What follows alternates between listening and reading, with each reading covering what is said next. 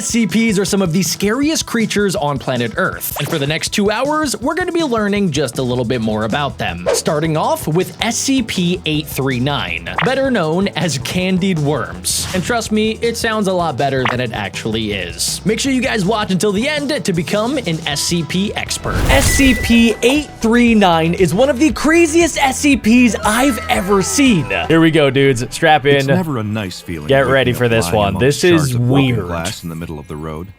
The dawn sky above the biker looks almost peaceful. It's as if nothing had gone wrong at all, as if everything is right in the world. But slowly, the throbbing pain washes into his helmeted head, and the sound of the traffic surrounding him rises in his ears. A sea of onlookers gathers around as the cars blast their horns. Through the cracked visor of his helmet, the biker can see concerned faces, people calling emergency services, and a few women crying. His paramedic bike is toppled on its side about 40 feet from him. There are long black tire marks running up to where it lies, smoking slightly on its side. He must have crashed. With a groan, the biker sits himself up and shakes his head. Bad idea. Looking around, though, it seems he's the only one injured. His bike had gone into the front of a car at the junction.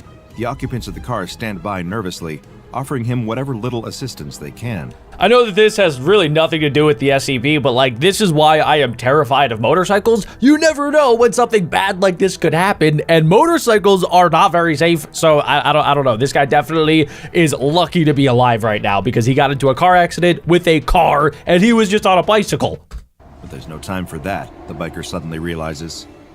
He looks down at his watch frantically. What? It's 12:03 p.m. There's not enough time. For what? He rushes over to the bike as fast as he can and What's lifts happening? it back upright.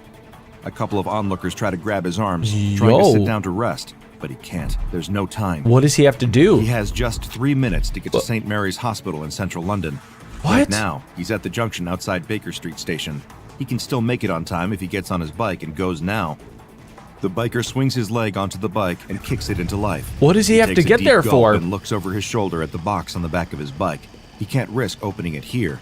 The damage may already be done. Okay, guys, I wonder if the SCP is in the box in his, motorcycle, or if maybe the SCP hasn't even been introduced yet, and maybe he's just like trying to get like, I don't know, maybe some like an organ for an organ donor or somebody that like needs blood or something. Maybe he's just transporting something that's super vital that he needs to get it to the hospital immediately so that somebody like doesn't die. But if the heart is still alive in that it box, is. Okay, so it's just a heart that a 10-year-old boy has for a normal life. Oh wow. If he doesn't get to the hospital in the next 3 minutes, his life could be over. Okay, so the stakes are very high right now. The stand in a circle, looking down at the dead bird with a morbid fascination. Do you think it's alive? Okay, that's Harry Potter. The boy in the middle of the group goes to pick up a stick. With an air of false confidence, he walks up to the bird and gives it a prod. Wait, is this the same thing? It makes a squelching noise. Ew. The other kids all reel in shock, making retching noises and laughing about it. It's only when their teacher comes out to call Okay, them. guys, I do have another theory, which I like to do during these SCP videos. I think that maybe the little boy is the one that maybe ate SCP-839, because the nickname of this SCP is candied worms, which is like probably just like a gummy worm or something like that. So I'm thinking that maybe the little boy ate this SCP and then like it infected him, which is why he now needs like a brand new heart, because the SCP maybe took over his. That's my theory right now. I have no idea if I'm actually right, but let's find out. Outside, that the group disperses, leaving the animal carcass alone, sitting at the edge of the playground, outside the view of boring adults. Each passing day, the kids wander over to the bird's body. It's kind of the best biology lesson they've ever had, as they watch the animal slowly decompose. At first, its body just shrinks, goes flat almost. I don't know if I want to see this. Feathers start falling out, and it loses all of its color. Then it starts to get puffy. Different parts of its flesh bulge out in weird places, as if they're being inflated like a balloon animal at someone's birthday party. But then, the maggots come. There are only a couple of tiny white crawling wriggles I don't like it. But a couple of days after that, it's infested with them. I hate it. I hate that. Wriggle all over the body. But as the boy looks down at the dead bird, Harry, he spots something very peculiar, something please, they haven't seen in a biology. Please tell me. Okay, if he sees a little tiny gummy worm and he eats it, I actually might throw up. Before, there's a red maggot wriggling and crawling in amongst the rest of the creepy crawlies. What? It squirms like the rest of them, but even over the course of the school day, it quickly grows larger than any of the others. Huh? What do you think it is? The boy stares at it. It looks like a worm. And a worm is exactly what it was. The next day, when the kids return, they see that the red maggot is now Whoa, much okay, larger this is than any of the gross. others I feasting on the hate bird. this. I With want to slightly burn it with a translucent flamethrower. body, cherry red coloring, and small white speckles on its skin, it looks unlike anything they've ever seen I mean, before. yeah, it looks like a Actually, gummy worm not that has unlike sugar anything on they've it. ever seen before. It looks exactly like something that all the kids recognize very well. In fact, one of the kids has a bag of them right now that he's chewing on. I don't like it. A candied worm. The Good kids stare in stuff. curiosity, first at the bag of candy that their friend has in his hand, and then down at the worm, slowly eating its way through the decomposing bird. As far as their eyes can tell, the two things are exactly the same. Okay, I'm getting really Except, of creeped course, out right the now. one eating the bird seems to be alive. I don't think I'm ever gonna eat any gummy worms ever in my entire life ever again. Kids being kids, the next thing that happened was sort of inevitable. Do not eat it. One dares the boy Don't. to eat it. You don't. He almost retches in disgust. Yeah, don't do There's that. No way Don't he's do even that. touching it. Nope, don't do that. Then No, another no, one no, of no, the no, children no. throws Wipe down the that poison smile off your chalice face. and dares him. Don't. Oh The gosh. boy stands He there double dog nervously. dared him. He knows that he's not allowed to eat worms. Well, that yeah. had been a lesson ingrained in him from a very young age. Are you what? This kid has eaten worms before? What? But his mother isn't here right now, and this thing doesn't look like any kind of worm that he's seen No, before. no, It almost just looks a bit tasty. Oh, no, it doesn't. In No, exchange for eating the worm, Don't you another dare do one of it. the children promises he'll give him 5 English pounds. that's not enough money. Kids around the circle gasp. That's a lot of money. No, it's None not. Of them have even No, it's got not. 2 pounds on them, let Don't alone do it. 5. Don't do it. Think of all the sweets you could buy with that kind of money. Oh gosh. The boy is adamant. He pumps his chest out. I don't he like stands this. up tall. I and he don't like nods it. firmly. 5 pounds. Don't do or it. He wouldn't do it. Don't do it. Don't do it. After some intense schoolyard debate, the deal is sealed. As the boy lies in bed that night, So, ladies and gentlemen, I think that I was kind of right. He ate the SCP. Like, that has to be the SCP. And since he ate the SCP, something bad is going to happen. And I think I know a little bit more information about this SCP based on so you guys know how like gummy worms have different colors, and I think every single color represents a different version of this SCP. So he ate a red candied worm, which I think might be why it's going to take over his heart. And I think that the different colors might take over different parts of your body. That's what I'm thinking, but I don't know for sure. staring at the ceiling and grumbling, he knows that he is not happy about what his friends have done to him today. He's gonna get them back for this. Only he's getting a bit of a tummy ache. Getting is the wrong word. He's had a tummy ache for most of the evening. What he's experiencing now is heartburn. It feels as if something is crawling in his chest. The boy just ignores it. It's probably just his worries about the worm inside of him. He chewed it up pretty well. There's no way that it's still alive in him, surely. His uneasy sleep is punctuated by rotten dreams. Dreams in which he finds himself lying on the floor and his playground lying on the ground at school, unable to move as people gather around him to poke him with a stick. He feels his skin covered with maggots. They even crawl. Okay, guys, this is, first off, this is creeping me out. Secondly, I think that I'm more scared of this type of SCP versus like Shy Guy or the statue or the prototype or the hard to destroy reptile. Like, those SCPs are big, scary monsters that I know I should be scared of. This is just an SCP that is a gummy worm. It is, let me repeat, a gummy worm, which I kind of sometimes like to eat if I'm at the movies, but now I'm gonna have to think twice about it, which is just such a weird feeling. And also too, it creeps me out that it's just a bunch of worms. I don't like it. Across the surface of his eyes. I feel like I need to take a shower. There's a searing pain. The boy wakes with a start as he feels his heart pounding, thudding against his ribs. It's agonizing. Adrenaline courses through him as he sweats off his face. Crying out for his mom, the boy lies there in bed. Oh feeling no, the heart poor dude. attacking his system. When you decide to become a surgeon, you have to accept that you're not going to get very much sleep most nights. In fact, it's more than that. You have to not only accept that you won't get much sleep most nights, but you also have to be at your absolute best when you've had no sleep and it's the middle of the night. With over 40 years under his belt, the surgeon doesn't need coffee anymore, even when the junior doctor offers it to him as he strides toward the operating theater. Instead, he asks them to fill him in on the situation. Who's his patient? What's going on? What needs to be done? The doctor accompanying him reads the notes in a calm but hurried voice. They haven't got much time on this one at all. At any moment, the boy's heart could give out. The surgeon asks what's wrong with the organ, and the doctor looks at his notes in apparent confusion. Apparently, over the course of the night, the boy has suffered a 72% reduction in the mass of his heart. What? The surgeon stops just on the other side of the door. How? He doesn't want to have this conversation in front of his whole team. He whispers to the doctor in a terse voice, "What kind of infection does this boy have that his heart has undergone that rapid of a deterioration?" That's insane. "It's not an infection at all, sir. Well, sir, it's a worm." The doctor holds out a sheet to him. The surgeon takes it from him. He looks down at the x-ray to see a scan of the boy's chest cavity. It doesn't look so bad. There's a hole in the heart for sure, but the surgeon has encountered worse in his career. "This was taken when the boy was first admitted." The doctor hands the surgeon a second x-ray. Okay. "And this was taken just 1 hour later." What? It is barely recognizable as a human heart. There seems to be a mass growing in the cavity that was left by the heart. And there, infecting all of the boy's organs, the was SCP. the shape of a worm. The biker weaves his way through the traffic down on Marylebone Road, eyes darting frantically in all directions. He may have a concussion, and he may not be allowed to drive at all right now. In fact, he knows he definitely isn't.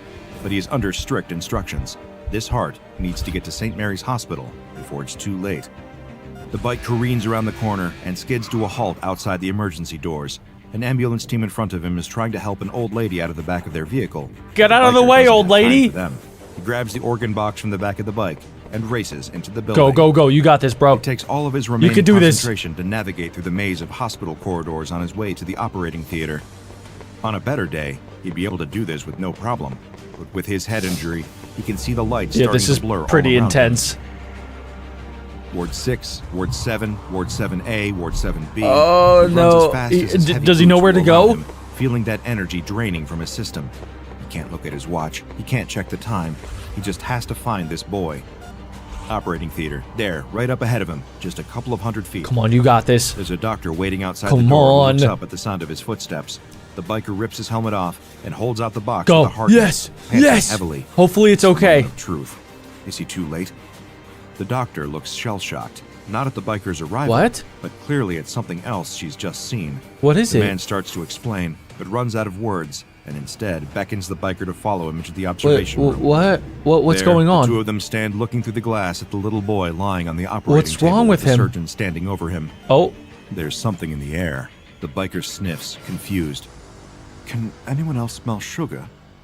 Next time you open a pack of candy, okay. All right. So what? The gummy worm got so big that you could literally smell the sugar in the room, which is terrifying. So it looks like the guy maybe made it in time. I guess we're just not going to find out. But wow, I cannot believe this SCP actually does that. Like it's a candy worm that takes over your body and just like eats you from the inside out. I don't like this. This actually might be one of the scariest SCPs we've ever learned about. candied worms, take a second to look through the little creepy crawlies in the bag. Perhaps poke a couple of them, just to see if any of them are moving. You should never be too careful. If you had told the I don't parents like of that it. young boy on the night when their son Nope. woke up with Nope. heart palpitations, telling stories of eating a worm at school, that the only health concerns he would have going forward were mild diabetes and a slightly raised level of blood sugar, I'm sure they would have been thrilled to hear it. You see, SCP-839, commonly referred to within the Foundation as candied worms, is much scarier on the surface than it is underneath. Not Well, only yeah, does it this seems SCP like it. resemble your usual candy worm, but its body is actually composed of sugar flavorings and colorings, roughly equivalent to what you would find in most convenience store candy aisles. So that means that like it basically is just a gummy worm. It's made up of like sugar and then sugar flakes on top. That's all it is. So how could it be so bad? Each instance even has a small raised bit of writing near the tail specifying which flavor it is. While the origins of these worms are yet to be determined, cases have sprung up across much of the Western world, with higher numbers reported in areas with higher levels of diabetes. There seems to be a parallel between high sugar diets and the presence of SCP-839. Whether they are of man-made or other origins is yet to be determined. That is not to say that SCP-839 cannot survive outside of human populations. This SCP in the wild primarily feeds on decomposing organic matter and is capable of sustaining itself on a purely vegetarian diet. So wait a second, if the SCP, it can infect other creatures, it also just said that it eats vegetarian stuff. So it could eat leaves, it could eat grass. Why does it infect people? Why would it infect animals if it doesn't even like need to eat them? It could just eat leaves and grass for its entire life. So why does it like target people? However, when ingested into the human body, SCP-839 will target specific organs and burrow its way towards them. The organ in question depends on which color candied worm the SCP instance is. Okay, so for example, that was red correct. cherry-flavored candied worms will burrow towards the heart and consume that. I don't like while the term blue raspberry burrow ones will inside of the instead body. feed on the human's kidney. Ugh. One would expect the health consequences of this feeding to be severe. However, as the SCP feeds, it will also change its own shape and chemical composition until the worm itself becomes a substitute organ for the one that it is consuming. What? However, this substitute organ is not a perfect replacement, as other health consequences are derived from its presence. Well, yeah, it's not like you could just like replace a normal heart with a gummied version of a heart. That's just, there's no way that could ever work. For example, the green apple flavored SCP-839-3 targets the eye and Oh. replaces it with a jelly green version of the human eye. While this eye is mostly capable of sight, subjects have reported mild hallucinations and blurriness of vision, as well as a greenish tint to how they see the world. That's so weird. Fortunately for the Foundation, SCP-839 reproduces sexually, meaning that individual instances require a partner in order to have offspring. This And has that's how they made make new containment of this colors. SCP much more feasible. Though they are a relatively low-priority entity in the broader scope of the Foundation, there are no known cases as of yet of any SCP-839 infections leading to death or Oh, well, serious that's good. chronic illness. Therefore, any instances that are captured by the Foundation are sent to storage site 839-1, where they are kept in a glass housing and regularly fed a diet of plant matter each day. Here, their reproductive activity can be closely monitored and controlled based on what research is needed. Huh. Those infected with SCP-839 instances can continue to live long and healthy lives, with only minor health complications arising. Therefore, the Foundation is comfortable allowing a reasonable number of cases to go unexamined in the world. So wait a second. What they're saying here is that the boy actually didn't need the heart transplant because the gummy turned into his heart and it works pretty much the exact same as a normal heart would. So he's going to be fine. So, like I said, for next time you open up a bag of candied worms, maybe just give them a quick poke. You could be saving yourself a trip to the hospital and a lifetime dependence on insulin. This is SCP-867. It's a tree, but it's not just any tree. This is the deadliest tree to ever exist. And today, What was we're going to that? find out why. The man and woman's hike through a gently rolling portion of the Rocky Mountains has just taken a turn for the dangerous. There's something there in the bush, the man tells her before stepping in front of her in a defensive Oh, pose. yeah. Defend They your watch the bush woman. intently. There's a slight rustling What is of the it? leaves as if Ew, something dude, it is looks like a inside. tree The butthole. man picks up a stick from the ground and holds it in front of him, ready to strike whatever fearsome beast is lurking in the Okay, undergrowth. let's be real. If that's like a grizzly bear, my guy is about to get ripped apart into like a billion different pieces, and she's looking at him like she knows it. If she's smart, she should probably start running immediately. Brush. The rustling stops, but the man doesn't move from his protective stance. He is sweating bullets "Do you right think it's now. gone?" The woman asks. I don't think the man so. isn't sure. He leans in towards the bush, searching for signs of what might be hiding inside when Oh! the man screams and What falls is it? backwards as the creature emerges from the bush. What? The woman cries. It's a pika. She kneels down to get a closer look at the adorable little creature. It was just a Pikas are little native to this rodent. part of Colorado, Oh my and they resemble gosh. rabbits, but with small, rounded ears. He looks She so watches it stupid hop back now. off the trail before turning around to see Wait. her friend lying tangled in the branches of a tree. Guys, check that out. Okay, that is no ordinary tree. That has to be SCP-867, which has the nickname the Blood Spruce. I have no idea what this thing does, but based on its name, it can't be anything good. Tree. She can't help but laugh as she offers a hand to help pull him out of his predicament. Are you all right? She asks between fits of laughter. Yes, he's fine. The only thing hurt was his pride. He notices a small red spot Oh, on his no. arm and rubs it, but it doesn't seem to Guys, hurt at all. I think he got His attention is infected. diverted by the woman, though, who is marveling at the tree he was just stuck in. free of the branches, he can appreciate now that the tree really is incredible. Whoa. It looks like a huge blue spruce, but the name is a complete misnomer. Wow. Because this tree is a vibrant red color. I've never seen anything like it, she says, and the man hasn't either. Neither knows what species it is, and strangely, there don't seem to be any others like it. It's so much Maybe bigger this is than the result other of an trees. odd genetic defect that turns blue spruces red. Huh. After admiring the tree for a moment, the pair decides that they've hiked far enough and that they should probably head back to the car. She jokes that he's likely exhausted from his run-in with a wild animal. He laughs, but clearly his ego Oh, has been that's so bruised. funny. He's gonna die soon. He's definitely. See, guys, look, there's a The skull man and stops bones. his car in This front of guy's the going woman's to house, die. and she thanks him for taking her on the hike. As she starts to get out, though, he stops her. He asks if she wants to go do something else, like dinner? Wait, guys, okay, so I like to make predictions during these SCP videos, and I have a prediction. I don't know, it's kind of weird, but we know that that was definitely the blood spruce SCP, and we know that he fell into the tree, he has a little bump on his arm, so he's definitely 100% infected.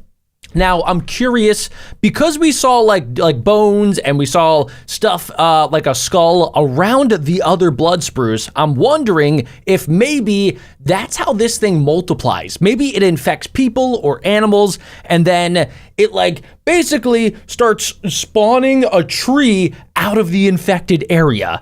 That's what I think right now, based on the information that we have, but make sure you guys comment down below what you think, and don't cheat. I know some of you guys might fast forward and then comment down below what actually happens. Don't do that. Just make some guesses down below right now in the comments. Do it. The woman thanks him for his offer, but she has to be up early the next day for work. Just a quick drink then? An hour? 30 minutes? The woman tries her best to let her friend down easy, explaining that she likes him as a friend and as only that. Ooh. The man opens his mouth to respond, Rejected. but she stops him. He doesn't have He that valued Ohio their skibbity friendship riz. and wouldn't try to take advantage of it by using it as a backdoor to dating her. The man again looks like his pride has been shattered. Wow. He apologizes and admits that she is right. Not only did this It's guy just get that he has scared such by a a good time with her squirrel, that he he never got wants it to infected end. by an She gives SCP, him a sad and he smile as she also closes got the car door. rejected by He the love of watches his her enter life. her house before he finally This guy took drives away. 3 major L's It's today. 2 weeks later when the man's phone rings. Oh, It's 2 his weeks friend. later. She explains that she's Oh, been thinking a lot no. about what he said in the car, and that she likes spending time with him too. No! Maybe there could be something I more to mean, their that's great relationship. for him, but The man can't believe we it. both know Is this that really this guy happening? is not The woman going is to make it. serious. She'd like to take him up on that dinner offer, if he's still interested. Her treat. She Oh, wants to know what gosh. he's doing right. Ah! Oh, there it is, boys. Is he okay? What was that sound? No. Yes, I'm fine. It was nothing, the man tells her. It's just that now's not a good time. The woman doesn't understand. She thought he'd want to see her. She explains that she's leaving town for a work trip the next day and will be gone for a couple of weeks. She was hoping What? she could see him before she left, but the man cries Oh, out dude, again. he is He tells her infected that right he hasn't now. been feeling well all day. No. But that he'll be all right. Okay, well, Oh, he's not get well going to soon. be okay, I'll guys. call you when I get back. They exchange goodbyes. Oh, wait, look The at his man hangs up skin. the phone. He's green? The man Oh! looks terrible. Oh my His gosh, skin is yeah. pale, and his Yes, face he looks does. hollow and gaunt. He looks No. down at his arm. Ew. He sees that the veins themselves appear to be moving, What? pulsing, and vibrating. Ah, that's He screams gross. again in agony and falls That to is the floor, disgusting. clutching his arm. After writhing on the floor, he manages to summon the strength to reach for the phone. His hand searches on the table above him. Ew, it looks like he's Eventually, wearing a able to knock it onto glove, the but floor. it's actually just his He grabs own the phone hand. and starts to dial. 911. Before he can press 1 do it, again, do it. another wave Ah, of intense no. searing pain consumes him. Several weeks later, the woman Oh, is she standing outside the came man's to his house. Mail and newspapers are piled up on his front porch, as if no one has been in or out in some time. So I guess this guy must not have like any family or friends. He's kind of a loner because nobody has checked up on him in multiple weeks, other than this girl. She knocks on the door, but there's no response. Hello? She calls out, but still nothing. He She's turned very into a worried. tree, She's lady. tried calling him several times, but he never answered or returned her messages. She tries the doorknob, and to her surprise, the front door swings open. Okay, that's kind of She steps sus. inside, and the room is dark. She's also immediately hit by a strong aroma of Death. She searches on the wall. And maybe I finds was the right. switch. She turns on the lights and can't believe what she sees standing in front of her. Oh, I There in was the middle of the right. Is a massive spruce tree. What? Its upper branches pressing against the That ceiling. is insane. She reaches out and touches the tree's Ugh. vivid red branches. They feel sticky and wet. She pulls her Oh, hand away and ew. looks down to see that it's covered in a red substance. That's when she notices something else. The dead body. Stuck in the Oh tree my god. Oh, okay. of her friend. So guys, I was right. I mean, this is a horrible time to pause, but I was right. So this thing infects the person, and then it turns their body into like fertilizer for a tree to spawn. Now guys, I'm pretty sure there's a type of mushroom that does this as well. It's very weird, but I remember watching a video after I played the Last of Us game, which is about like this mushroom virus that can like take over different organisms. And there actually is a mushroom out there called cordyceps that does something similar to this. But luckily it can only take over like small insects like ants, but it can actually like take over their brain and then it starts spawning in the mushroom from their body. It is super weird, but it's like a real life SCP. Unfortunately, this pair would never have the opportunity to see their feelings take root and grow, because unbeknownst to Dr. them, Bob just this cooked with that beautiful one. tree is actually a very deadly anomaly, known to the SCP Foundation as SCP-867, but which is perhaps better known by its very appropriate nickname, The blood spruce. SCP-867 is, or at least appears to be, quite similar to the species of tree Pisceae pungens. I've never better seen that known tree as the before. blue spruce. That is such a cool Of looking course, tree. there are a number of dramatic differences between 867 and its non-anomalous counterpart. I mean, yeah, we could see, first off, the blood spruce is like double the size, and secondly, it's a different color. Visually, and most obvious, is the coloration.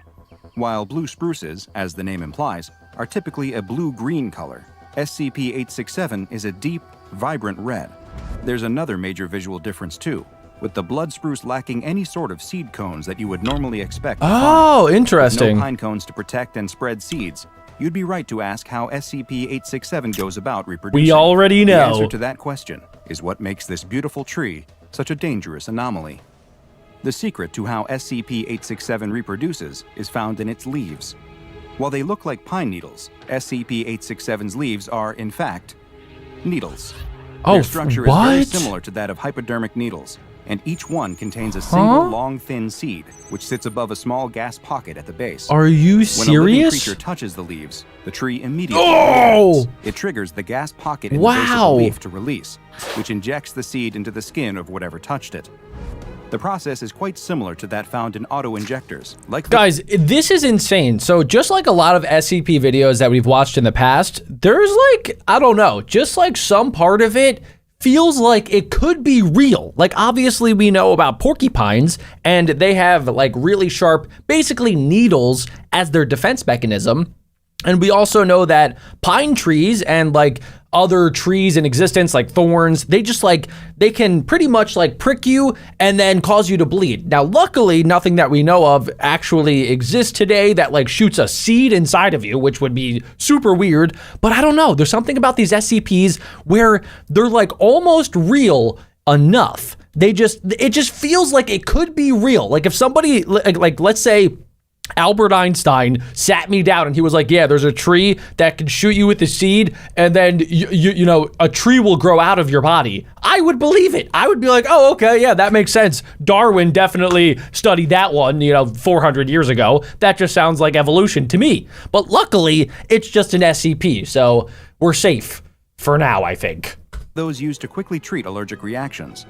The seed itself is extremely small and is coated in a liquid that has both anesthetic and coagulant properties. So you can't feel which makes it. the process virtually undetectable. Once implanted in the skin, these seeds can lay dormant for up to 2 weeks before they begin the germination process, and the true horror of SCP-867 is revealed. Once the seeds begin to sprout and grow, they will not seek to penetrate through the skin like a plant rising out of the soil. Instead, the strange plant will grow within its host's body, spreading throughout the circulatory system.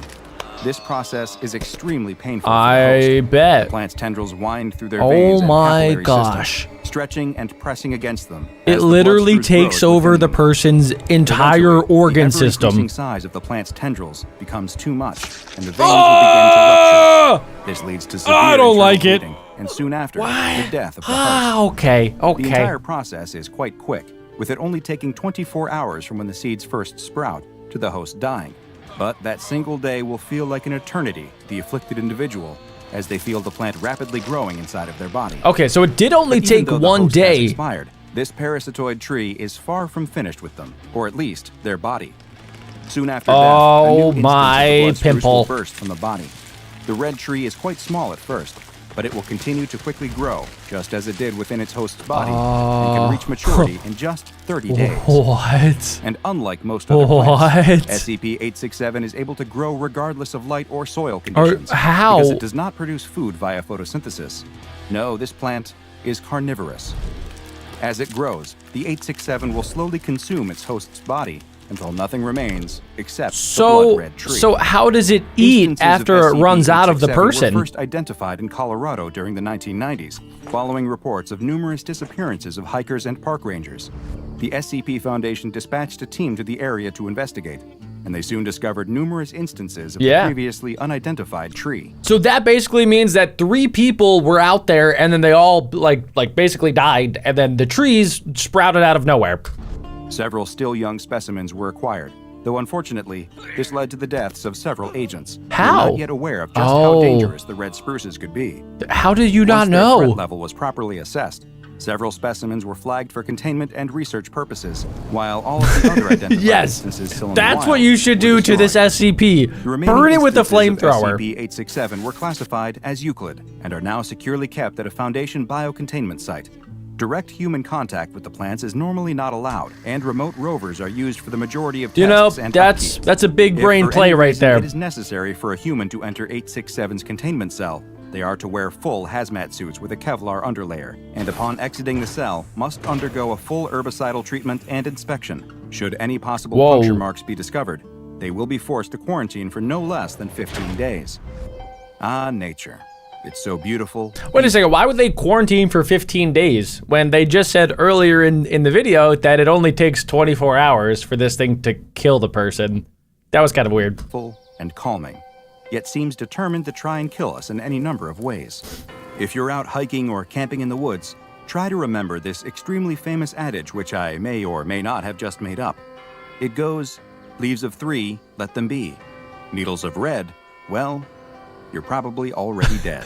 Dr. Now Bob, go and watch another yo! episode. How could a grandmom be Dance fair. scary? There's no The young way! woman laughs as her date tries to catch his Is that the breath. grandmom? The dancing rhythm game was much harder than he anticipated, and he can't help but also laugh at his abysmal score. It's He takes her hand and contagious. the two continue walking through the arcade. It's not crowded at all tonight, and the two have their choice of games as they bounce between the many That's the pinball best, when an tables, arcade driving is just games, and light empty gun and it shooters. feels like it's all As they to finish up yourself. a game of air hockey, her date notices something. What is It's a it? door in the back of the arcade that's slightly ajar. Oh, a latch and a lock secret that should be keeping arcade it closed, games. hanging open. Yes. I wonder what's in there. Comment He down below asks. if you would go into a Broken secret games, room maybe in an ones that let you arcade. play without putting in a token, or keep spitting out tickets even when you lose. Come on. The two slip through the cracked door and find themselves in a dark room that doesn't look like anyone has been inside in a Whoa, while. spoopy. There's cobwebs and dust everywhere, but her date was right. The area is Yes. filled with broken Secret games. arcade He motions for her to machines. follow as he checks out an old pinball machine. He presses the buttons, but it remains dark. He gives it a hard slap and nothing happens. I'm kind of curious, disappointing. where does the They really are just grandmom come busted into old play? machines. The two turn to leave. They might get kicked out if anyone finds them messing around in here. Look in the background. They're back at the door when they both stop and look at each other. Is that a grandmom? Hear something behind them. What was that? The Ah, young woman okay. shrieks with fear at the sight of the old woman staring Oh at her. my gosh. This time, it's her date's turn to laugh at her. It's just an old fortune teller. Huh? Nothing to be scared of. Oh. They must have accidentally turned it on. Okay, guys, so this SCP is not a literal grandmom. It is kind of like a fortune teller, it looks like. It reminds me a lot of, what's his name? Like Zoltar or like the Akinator, where you can go up, put in, you know, like $2 these days, and then it'll give you a random fortune that literally, I don't know, it has like nothing to do with you. But I have a weird feeling that this grandmom is going to actually be able to tell them their future. And if I had to guess, will probably make it not what they want to hear. I have a weird feeling these fortunes are going to be deadly. She didn't notice it before, but the machine which has the words Grandmother Predictions written across the top has come to life, and the inside is now lit up to reveal the animatronic head and torso of an old woman. The old woman isn't moving, but her glassy, dead eyes seem like they are That staring is right so at the young woman. creepy. The two look at each other, unsure of what to do, when, without warning, the old woman comes Oh, to it's- life. wait, With the wait, she clicking just and turned whirring of on? gears, the old woman appears to breathe in What? deeply, opening and closing her mouth as she leans slightly forward and back inside her glass container. The young woman steps towards the fortune teller as the old Why? woman inside keeps No. breathing in and out. You should be But walking then suddenly, backwards. the old woman stops. There's another loud click as a card appears out of a small slot on the front of the machine. That must She be looks down the at the first card, then fortune. looks back up to see that the old woman is staring at her once again. She's as like, if the read robotic it figure now. can really, truly see her. That is The so young woman weird. slowly reaches towards the card. I'm getting as the old woman's EBGBs. gaze stays locked on her. Her fingers touch the card, and at the exact moment she pulls it free, the fortune teller's lights go out, and the old woman What? slumps over. What was that? So she Her dad knows asks. if somebody She didn't takes even the notice that fortune. He is standing next to her now. He starts to search around the machine, looking for something that may have triggered it, as the young woman looks down at the card she pulled from the slot. Her face changes as she reads it. As What she is goes it? From a little freaked out. What to does it completely say? terrified. Hey, look at this, her date says as What she quickly is slips it? the card into her pocket. Her date reaches behind the back of the machine and pulls out a short piece of cord, one end attached to the fortune It was teller, never the plugged other in to frayed as if begin it had been with. Cut. It's not even plugged in. Let's get out of here, she tells him. What the She doesn't need flip? to ask him twice, and the two leave the room, emerging back into the lights and sounds of the arcade. Later that night, the two are at the door to the young Wait, woman's she apartment. didn't read He it to asks him if she's right sure there? She's okay. She's not still scared about that broken machine, is she? What? It's probably just battery operated and they switched it on somehow. I The young don't woman know agrees about must that, be dude. it, and that she's fine, just tired. She gives him a kiss on the cheek and bids him goodnight before going into her apartment and closing the door. Guys, I wonder if on the card it said something not about her, but about her date that night, which is why she's not telling him. Like maybe it said, oh, don't tell your date or else he will get eaten by a shark in a tornado or something weird like that. I don't know. But there's definitely some reason why she's not telling him. Inside, the young woman leans against the door. What does it She say? takes something out of her pocket and stares at it. It's the fortune that was dispensed from the Tell me machine. what it says, It dude. I reads, need to know. You look like you've made some mistakes. Some things are unforgivable, aren't they? Oh, it's a lot worse than I Wait, thought. she thinks to herself. It's just a coincidence. So The young woman walks This further girl into her did apartment something and really picks up bad. a framed photo. It's a picture of her several years younger, with another girl who looks just like her. oh sister. no. She thinks back to Oh that no, night, the night that dude. she'll never forget, no matter how hard she tries. The night she lost her, and lost part of herself too. That's so sad. She sets the picture back down on the table before looking at the fortune she's still holding in her other hand. She crumples the paper in her fist and drops it in the trash before heading to bed. I would be so creeped out because like that's one of those things where if you read that, you wouldn't be like that creeped out. You would be like, ooh, that's kind of weird. But I guess like it could apply to a lot of different situations. But specifically for her, she kind of thinks that the SCP, the grandmother knows, fortune teller knows about this thing where she got into a car crash and her sister passed away.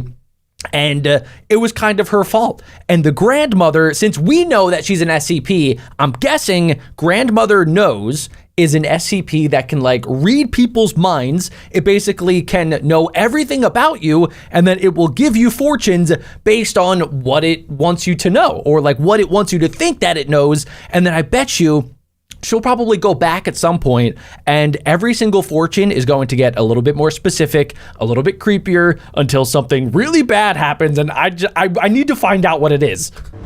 It's late at night, and the young woman is tossing and turning with bad dreams when she suddenly pops up awake. Did she hear a sound?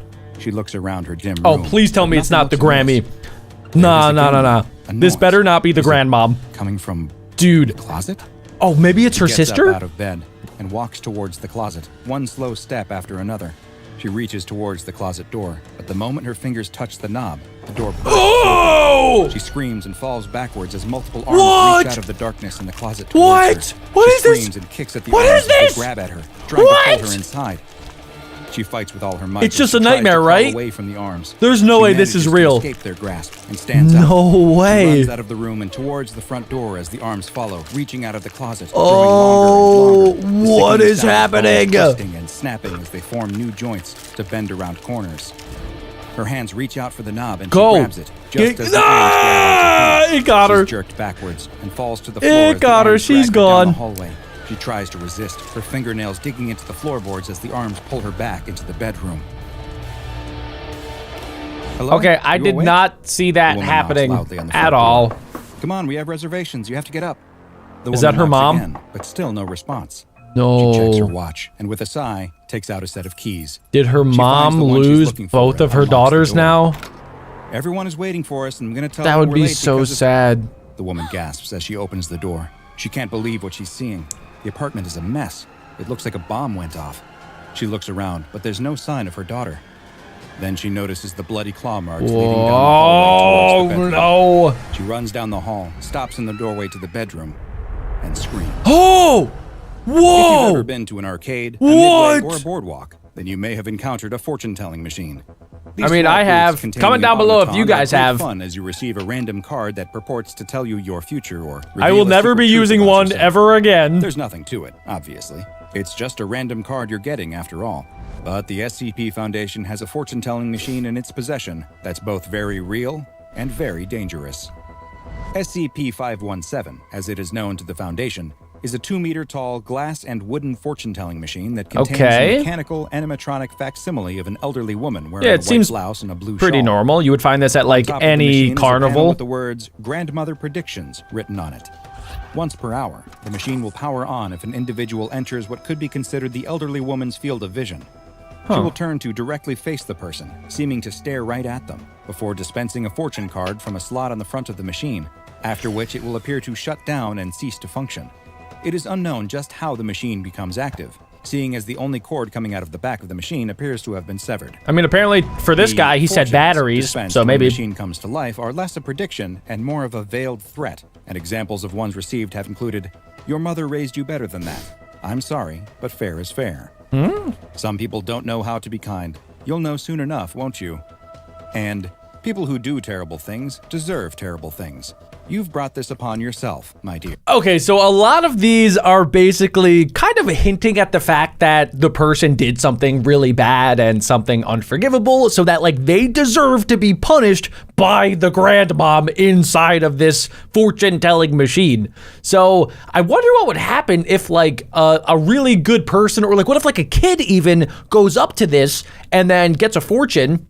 I feel like, I don't know, there's probably going to be like a flip side of this where if it's a good person going up to the fortune teller or somebody that hasn't done anything that bad in their life, maybe they'll get rewarded. Maybe, I don't know, like chocolate chip cookies will come out or something that, a grandmom would give you. Maybe like a gift card for Amazon, something good to reward you for being a good person.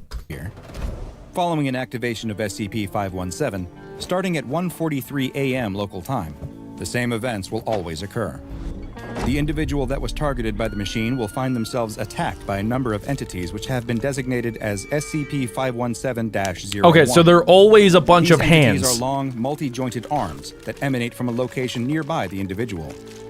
The exact number that appears Imagine will those vary, coming out of a but there toilet. usually seems to be between 10 and 36. 36? The arms will appear from a single location Bruh. that's often a low, cramped, and dark space like a closet, basement, or under a bed. The arms will reach out from this area and try to grab the individual before dragging them back to the location where they manifested. I would They pee appear my to be able to pants. stretch indefinitely, growing as long as they need in order to continue pursuing the Indefinitely? individual, So and they the many could joints basically allow go them to bend forever. around corners or any other obstacles. Should the individual manage to fight the arms off or escape, What if I had, like, new a arms sword? will What if I materialize just nearby bang, the bang, victim bang? to aid in the capture. Oh, he just said new Once the arms would have spawn. subdued the targeted person and gotten them back to the area where they appeared, they will begin savagely assaulting them, beating and clawing at them until nothing remains of the What? victim but a bloody pile of flesh and That bones. is To date, horrible. The Foundation is not aware of any targeted individuals surviving you an attack serious? by SCP-517-01 entities. In the event that the fortune-telling machine was activated multiple times on the same day, multiple instances of arms appearing Are you will occur serious? at different locations at the same time, with each group hunting their own individual target. What? Efforts have been made to figure out exactly where the arms manifest from. This would make for And a during really good testing, horror cameras movie. were set up around the targeted individual in order to try and locate a place of origin. Unfortunately, the arms somehow seemed aware that they were being watched, and the arms always emanated from around a corner or other place that was out of the field of view of the cameras. Interesting. Tests on SCP-517 did reveal one piece of evidence, though, as fragments of DNA were recovered from the areas where SCP-517-01 instances appeared. Oh. DNA that turned out to be human in origin. The origins of the DNA and the identity of the owner have yet to be So determined. the arms are human arms, Containment of SCP-517 which is super has weird. proven to be quite difficult, as evidenced by an event designated Incident 517-1997-M. As Foundation Agent Dr. Mail supervised the transport of SCP-517 to a new containment storage locker, the fortune teller suddenly activated, and it was suspected that Dr. Mail had become a target.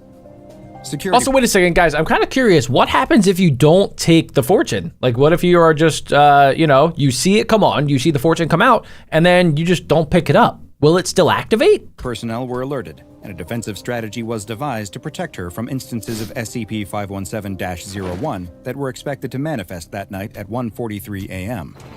Dr. Mail was taken to a this is pretty helicopter on cool. the roof of a Foundation cafeteria and given the protection of multiple security personnel as they waited for the arms to manifest. Right on cue, the arms appeared in a storage area inside the cafeteria. Okay, so she didn't take the fortune that we know of anyway. So even if you don't take it, it seems like as soon as Grandmom Nose turns on and looks at you, you are now a target and you will be attacked at 1:43 in the morning. Began stretching their way towards the roof. Security teams inside the cafeteria opened fire on the arms, which took damage just like normal human arms, though they would quickly be replaced by more.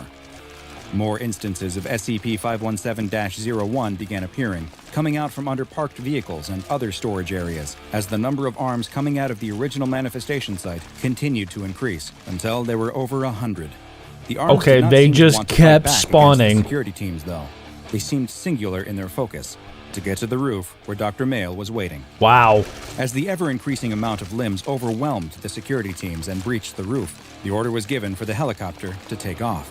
The helicopter rose into the air. They're gonna grab the it. arms began manifesting from somewhere underneath the helicopter itself. What? The arms broke through the windows. Oh and pulled my Dr. God, Mail it got out, her. passing her down to the waiting arms on the roof that then carried her through the cafeteria's ventilation system. A security personnel in the cafeteria attempted to sever the limbs with a knife and rescue Dr. Mail, but the arms are no longer ignoring their attackers and grabbed him as well, they just started dragging fighting. him down towards the Oh, storage wow. locker, along with the doctor. In the end, So guys, this SCP is kind of like Shy Guy in a way. If you look at Shy Guy, you know for a fact that Shy Guy will find you and he will kill you no matter where you are. You could be at the bottom of the ocean, you could be in outer space, and Shy Guy will still find a way to get you.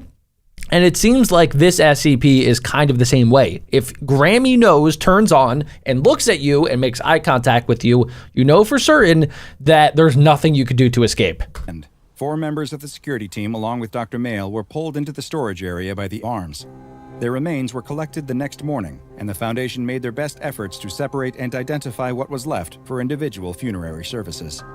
SCP-517, which has been classified as safe, is kept in a dedicated containment cell at all times, facing away from the doorway, with an opaque Interesting. black sheet bound around it. I'm surprised that it was classified as safe and not Euclid because it does seem pretty dangerous, but I guess it is very easily contained and secured because you could just cover it and then it seems like, nobody's at risk anymore of getting a fortune. So I guess that's why they probably made it into a safe class.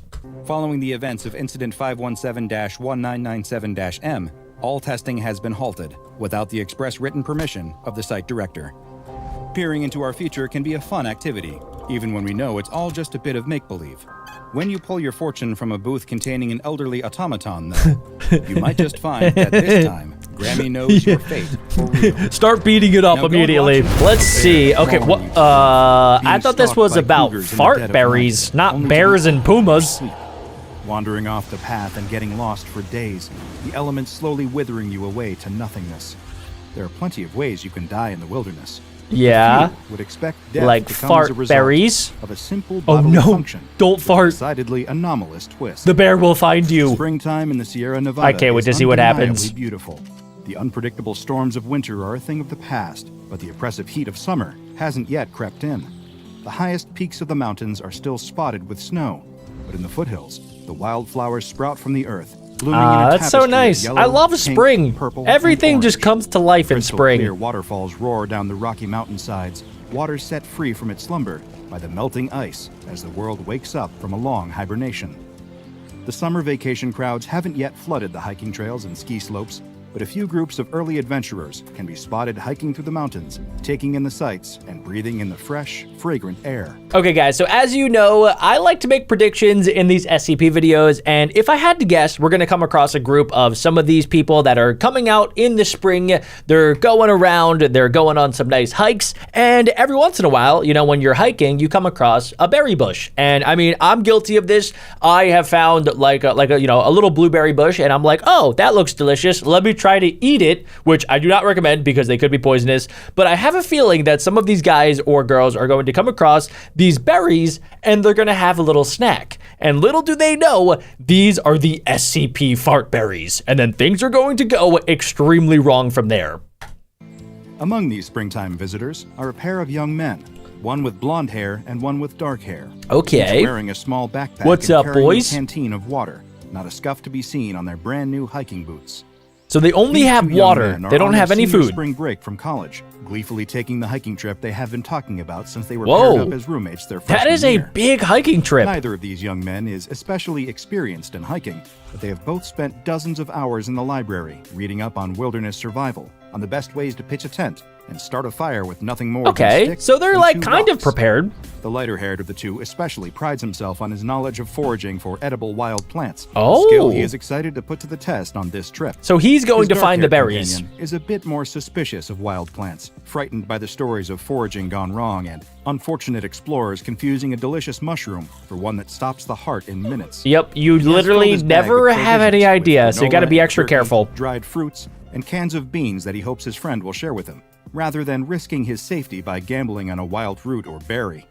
Still, his concerns about foraging are soon forgotten as the two proceed further along the trail, passing sparkling waterfalls, bighorn sheep grazing on wild plants, and a bird that just might be a bald eagle soaring by overhead. Oh my gosh, dude, The two I would are love to be lost out in there. The majesty of nature. It looks So lost, in amazing. fact, that they forget to eat until the sun is dipping over the horizon. Okay, The world well, is growing dark around them. Yeah, you should probably Out eat some here of the in mountains, granola with that no you light brought, or pollution to like the speak chocolate of, bars. Dark is dark. Even with the help of the lanterns they brought, the two men can scarcely see well enough to put up their tents and build a small fire. Okay, that Still, was a mistake. They remember all of their reading. So if you guys are ever out camping, pro tip, I'm surprised they didn't do this because they read up on how to camp. You're supposed to pitch your tent before it turns pitch black because it's so much more difficult to do it when you can't see anything. and managed to set up a modest camp for the night. Oh, it's actually pretty The dark-haired impressive. man pulls a bag of beans from his backpack and begins to heat them over the flame. He offers some to his companion, but he refuses. The Why? blonde man has found a shrub that he my recognizes, God. weighed down with ripe fruit. This shrub, he explains to his friend, is a species of manzanita, an evergreen shrub that produces berries similar in flavor to little apples. The dark-haired man is dubious. Aren't manzanita berries typically red in color? These appear to Interesting. be a shade of brown. Wait. The young man reaches out and stops his friend just before he can pop the berries into his mouth. At least let me look them up on my phone. That won't work out here, his Wait, friend what? tells him. The government blocks access to the web out here. They don't want you on the internet. It's a big conspiracy. Everyone knows Okay, about it. something's up with Page this guy. unavailable. His friend is right. But wait, he has the ultimate tool to defeat this intrusion on his lunch. Wait, is it like a VPN? Surfshark Wait VPN. a second, I've never seen a sponsor on a Dr. Bob video. What the heck? Do they know that they're sponsoring an SCP video about fart berries? That is hysterical. The wannabe forager insists that he has correctly identified the plant and that these berries will be his dinner. I don't The know. Why dark-haired would you man not just shrugs eat the and food treats that your himself friend to a brought? meal of beans and dried apples, while his friend munches on handfuls of the brown berries. He has no complaints about the taste and does not immediately drop dead upon eating them, so perhaps he was right. These Oh, are manzanitas no. after all. As soon as the thought crosses the dark-haired man's mind, he sees his friend double over, Oh my clutching at his gosh, stomach yo, in that was so discomfort. fast. Afraid for his friend's safety, he rushes to his side, only to be met with a long, loud fart. The two share a laugh, the tension broken by a sudden smelly outburst, but the humor soon fades as the blonde man farts again. He's still and going? again and again. Okay, he definitely pooped All his through the pants. night, he continues to emit All- loud, all through the excruciatingly smelly night? farts. The That's smell impressive, permeates the campsite, honestly. seeping into the dark-haired man's tent, no matter how he tries to cover his nose with his sleeping bag. Oh, that is He doesn't so get a wink of gross. sleep, spending the night wide awake, staring at the ceiling Dude, of his I tent, can't. silently There's just wishing for the relentless a stream of fart gas to sound stop. constantly in my ears. But it doesn't. It just carries on until the dark-haired man can scarcely remember a time when he wasn't listening to the maddening sound. This Again is and again hysterical. and again, the endless farts. He clenches his fists That's until so the knuckles good. turn white, clenches his jaw. I would and totally grinds his eat teeth. these. It's enough to drive a man This is a insane. great thing The to next do to morning, prank it your is still friends. happening. The blonde man expresses embarrassment, but does not apologize for ignoring his friend's warnings about the berries. So he tries to slept laugh through it the off, night but while the dark-haired man farting. does not join him in his laughter. He was literally farting in his sleep for like 10 hours. That is awesome. If he had only listened, they wouldn't be in this situation. They wouldn't be about to continue their hike with this rancid, gaseous albatross around their necks. As they pack up camp, the dark-haired man glances down at the tent pole in his hand. One good swing, and he could put a stop to the madness. Oh my gosh, he's No, going to it's kill ridiculous. his friend He shakes just his for head, clearing the farting? impulse from his mind. The gastrointestinal distress will pass soon, and they will be able to continue the trip like Maybe they that's planned. part of it, But guys. It doesn't pass. Nothing. Maybe the SCP doesn't affect the person other than making them fart. Maybe it affects everybody around them by A, keeping them awake, and B, what if like the fart gas is different than normal farts? What if it's like a special chemical that makes you extremely angry and disgruntled and like super annoyed so that you kill the person that ate the berries? I could see that happening. Nothing passes, but the gas itself.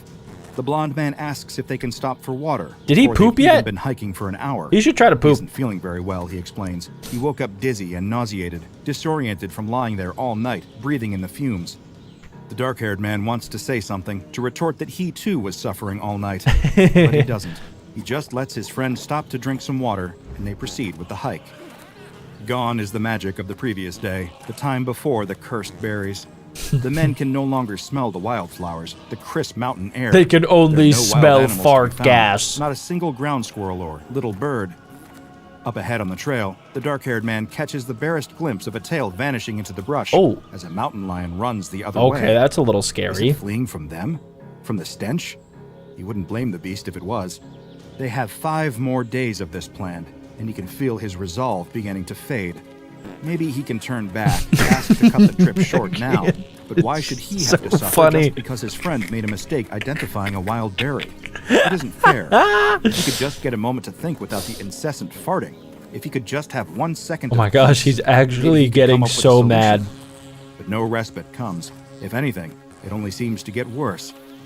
The smell burns his nostrils. The sound rings in his ears. Oh my gosh. The blonde man tries to speak over it, to clear the air with pleasant conversation, but the dark-haired man brushes him off with grunts and shrugs. His eyes sting and water. He chokes on the stench. He knows Wow, in it his really heart is getting he can't worse. take much more of this. When the men make camp for the night again, the dark-haired man's thoughts turn dark.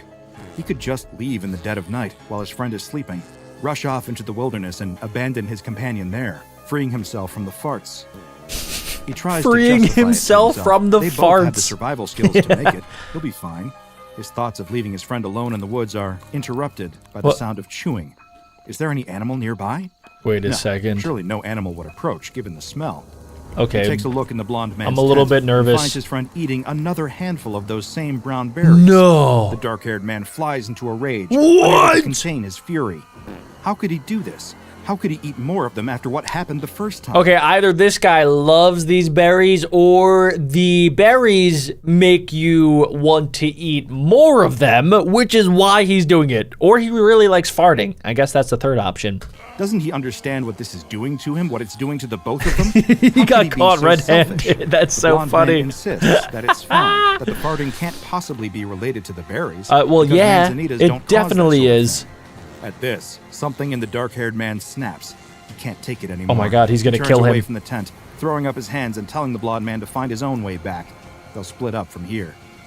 The blonde man emerges from his tent, begging his friend not Look to at the cast him out. fumes. He's certain the farting will stop any day now. At Any this, day? It seems to grow louder and more potent. The dark-haired He's starting man to spots a charge large up his rock by the farts. campfire, Oh my small God, enough to no. hold in his hand, hefty enough to do some real damage. Wait, there's no way he's about to He kill picks his it up friend and over turns some to meet his farts. friend. Without thinking, he swings the rock at the blonde man's head. What? For the first time in days, the sound of farts goes silent. The air He smells killed sweet, him like over flowers, leaves, and farts. campfire smoke. He did what he had to do. I don't know about The that dark-haired one. man lets out a sigh of relief, the rock falling from his hand. He glances at the rock on Wow. the ground, at the blood dripping down its surface, and realizes the full weight Well, of yeah, what he you has just done. killed a man for He packs up the farting. campsite as quickly as he can, douses the fire, and dumps the body over the edge Oh my of God. a nearby cliff. Is it gonna fart on the way The down? next few days, he hikes back the way he and his friend came, noticing, in spite of his gnawing guilt, that the walk really is so much better without those damned farts. On the way, He looks passes so that much bush, happier. That horrible bush, weighed down by the fruit that destroyed his spring break. Oh no, trip, he's gonna that do it. Destroyed his friend's life. He's gonna do He it. opens his backpack, tearing a page from one of his books and grabbing a pen. He scribbles a warning: no matter what, Oh my gosh. do not eat these berries, and affixes it to the bush. I would take a few You can back only with hope me. that the You next know, person it to could be a stumble on cool this shrub prank. will see the note and heed its warning. If they don't, they might meet a similar fate. Days later, the park rangers discover the blonde man's body okay. and declare the death an accident. We're back to the caused start when of man the fell over video. The side of the cliff. Some of them suspect foul play, but are unable to find any evidence. All they can find is a strange note on an unidentified shrub and the faintest smell of something foul, like rotten eggs. The two doomed hikers had no way of knowing this, but the fruit they foraged was not from the Manzanita family. It was from a plant known as SCP-4032. Fart berries. SCP-4032 is a wide, deciduous shrub characterized by a rounded crown and wider base. It produces a distinct, small, round brown fruit that has been designated SCP-4032-1. I mean, guys, this has to be the weirdest SCP we've ever seen. Of SCP-4032-1, this meal will result in intense gastrointestinal distress. I will try to describe this as delicately as I possibly can, but as I have learned over the years in my line of work, the truth is rarely delicate or polite. Tell me more about the 1 hour following dingleberries. consumption of an SCP-4032-1 instance, the person or animal will begin to emit an excessive amount of flatulence, consisting of elevated hydrogen sulfide levels and a small but detectable amount of methane gas. Okay, Perhaps that you are seems like a familiar normal with an old fart. rhyming song about the wonders of beans, the magical fruit. These berries Yes. function quite similarly. The more one eats, the more one does, in fact, for want of a better word, toot. However, unlike the second part of the bean-based rhyme, Toot berries. these fruits do not cause their unfortunate consumers to feel better, nor should they be eaten at every or any meal. The Foundation first Interesting, discovered okay. SCP-4032 on April 2nd, 2018, after a man named Anthony Green happened upon the plant in the foothills of Northern California. Hungry enough to forget his better judgment, Anthony ate some of the fruit and became immediately concerned Oh, for no. his physical well-being. The more you as eat, the more you toot. SCP-4032's effects began to take hold. Fearing he had unknowingly consumed a poisonous plant, he made a distress call to the local search and rescue team. This call was intercepted by Foundation operatives, who swiftly arrived at the scene to bring both Anthony and the Wait, plant why? itself into custody. Why would The they? affected individual will continue. Why would they go after this guy, the SCP Foundation, literally because he called somebody saying, "Hey, I think I got like poisoned by these berries that are making me fart." I guess maybe they had prior knowledge of this SCP, but yeah. I can't even imagine how somebody thought of this and was like, hey, yeah, this is an SCP after all. Yeah, they're just berries that make you pass gas constantly. Continue to produce this. I wonder if it ever goes flatulence until they away. Have expired. Both starvation and dehydration have no impact on the flatulence, and no identifiable source of the gaseous output has been detected via endoscopy. Ew, where If does an that affected go? individual finds themselves in an area without adequate ventilation, they will gradually begin to experience symptoms brought on by hydrogen sulfide poisoning, including Oh but my not gosh. limited to conjunctivitis. You can respiratory literally kill irritation and yourself coughing, with loss your of own smell, farts. and eventually pulmonary edema. They and are death. deadly fart Shortly berries. following SCP-4032's discovery, Dr. Logari began conducting a thorough observation of Anthony Green, referred to as D-14478 for the purposes of official documentation. Oh, he became as a he suffered D-class from the effects personnel. of consuming Wow. SCP-4032-1. First, he was brought in for observation and placed in cell 14B on the outside of Site 88. Dr. Logari noted copious amounts of flatulence being emitted by the subject, with high levels of hydrogen sulfide and Oh my methane. gosh, they're so bad. 5 You can hours later, see The them. subject was complaining about gas buildup in his cell, and the interior venting hood was activated. 3 hours and over 50 complaints later, maintenance staff deactivated the interior venting hood and opened exterior windows. That's so in an funny. attempt to quell some of the relentless flatulence. Dude, they're making everybody so sick. D14478 was placed on an intravenous diet. After 2 days on the intravenous diet and no changes to the subject's gas emissions, medical staff conducted an endoscopy, which revealed that the colon was clear and there were no visible signs of rectal gas. Where did the it following day, go? a staff meeting was held in order to discuss the impact of D14478's condition on the quality of life at the facility. Both residents and researchers alike had complained about the persistent smell, which Okay, obviously nobody likes the smell, but we haven't answered the best question. Like, how many of these do you need to eat? Is it just one and then you're gonna fart forever? Or do you have to eat like 10 of these and then you're gonna have crazy gas for the rest of your life? Or if you just keep eating more, does it keep getting more like aggressive? Are your farts going to be nuclear farts if I eat like 69 berries?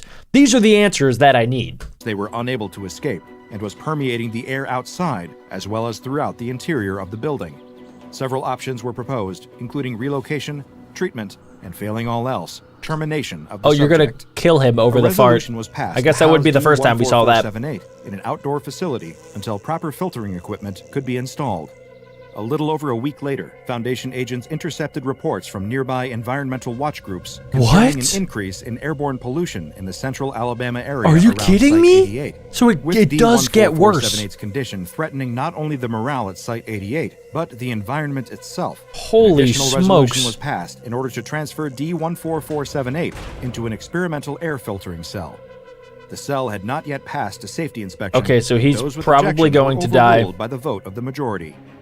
The following day, subject D14478 was found dead in Oh, his but cell. yeah, you saw that coming a Investigation mile into the cause away. of death determined that the primary filter was improperly constructed. Yup. And both it and its associated sensor had malfunctioned. Oh, wow. There was one silver lining to this unfortunate incident, The however. fart The stopped. effects of SCP-4032-1 mercifully ceased following the subject's death. Oh my The gosh. post-mortem report was filed with the Ethics Committee, and Dr. Lugari was placed on temporary administrative leave.